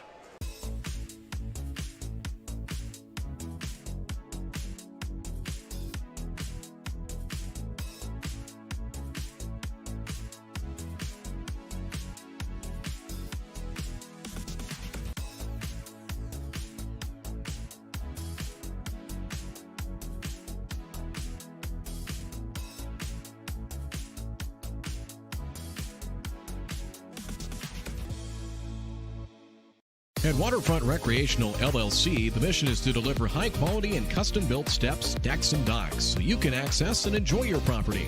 We believe in hard work, honest and fair dealing, high-quality craftsmanship, and excellent customer service. Our products have proven results. We can't control the weather, but our docks remain rock solid in the windiest of conditions. We also offer boat storage in the wintertime. Call or text 218-298-1353 for more information about each of our services, or visit waterfrontrecreational.com today.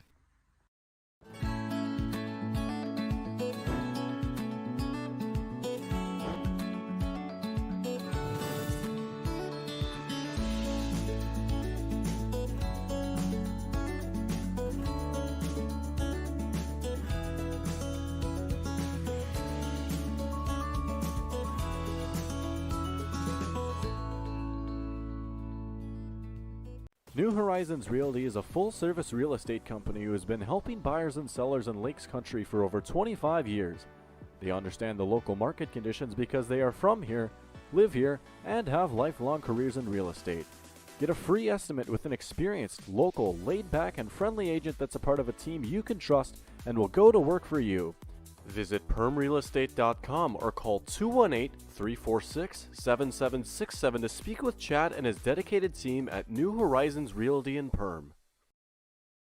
Central Market, the fresh place in Perham and Detroit Lakes, offering the freshest meat, produce, bakery, and deli products possible with great value for your money. A visit to Central Market is a journey into freshness. You'll always be able to find a wide variety of items that will result in the perfect meal for your family and friends. Begin with their meat department, and whether it's succulent fruit and vegetables, fresh baked specialties from their bakery, or the convenience of fresh deli selections, Central Market is the fresh place for your family. Go Yellow Jackets. J&L Nutritional Consulting is the area leader in beef, dairy, and seed.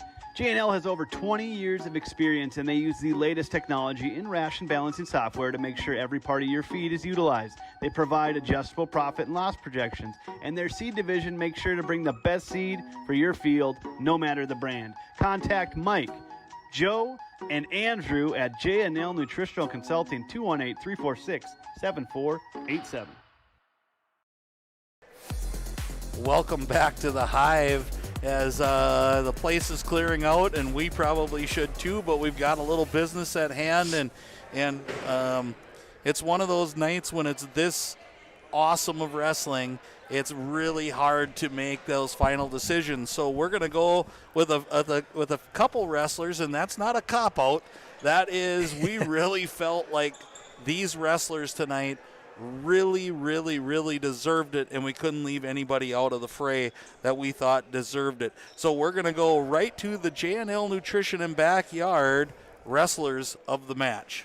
So for me, the J&L Nutrition Backyard wrestlers of the match goes to Peyton Trout and Tegan Detloff.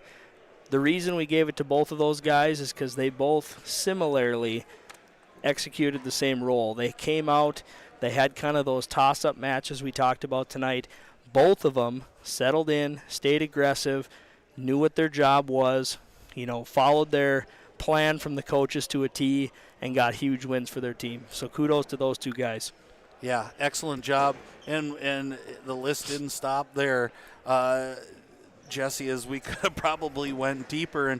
And the same can be said for the DGF Rebels, as I'm going to go that direction with mine. I don't know that I've witnessed a crazier match for quite a long time.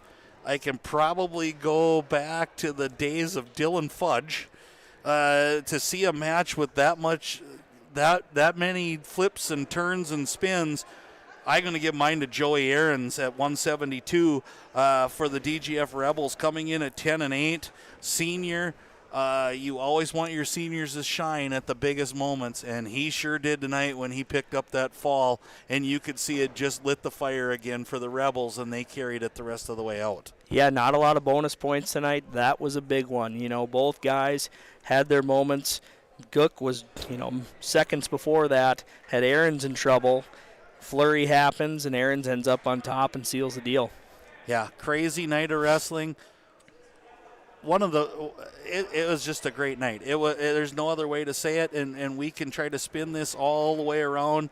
It was so much fun, and if you supported either team, which you probably did tonight, you're walking away probably going, wow, our kids came to compete, and that can be said for each squad, and that's what made this so impressive. So final thoughts that you might have, Jesse, as we wrap up tonight's broadcast? Not a whole lot. Just excited to see, obviously the Yellow Jackets come out and compete. They know where the bar's at now, so now it's time to go back to work. But I can't wait till we meet again later on down the road. Right, and just what an exciting night of wrestling for both the Rebels and the Yellow Jackets. We'd like to thank all of our sponsors again. Our sponsors make this possible, as one of our sponsors is bringing us some pens right now. So another shout out to United Community Bank as they're supplying me with some pens, as I probably broke 2 of them tonight during this match. But again, final score, Rebels 34, Yellow Jackets 24. Stay safe out there, enjoy the night, and thank you for tuning in to Magnitude Sports. Have a great night.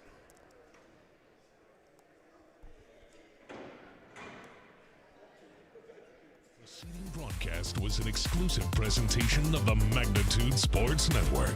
Subscribe, click the bell, and visit magnitudesn.com for a schedule of our upcoming broadcasts.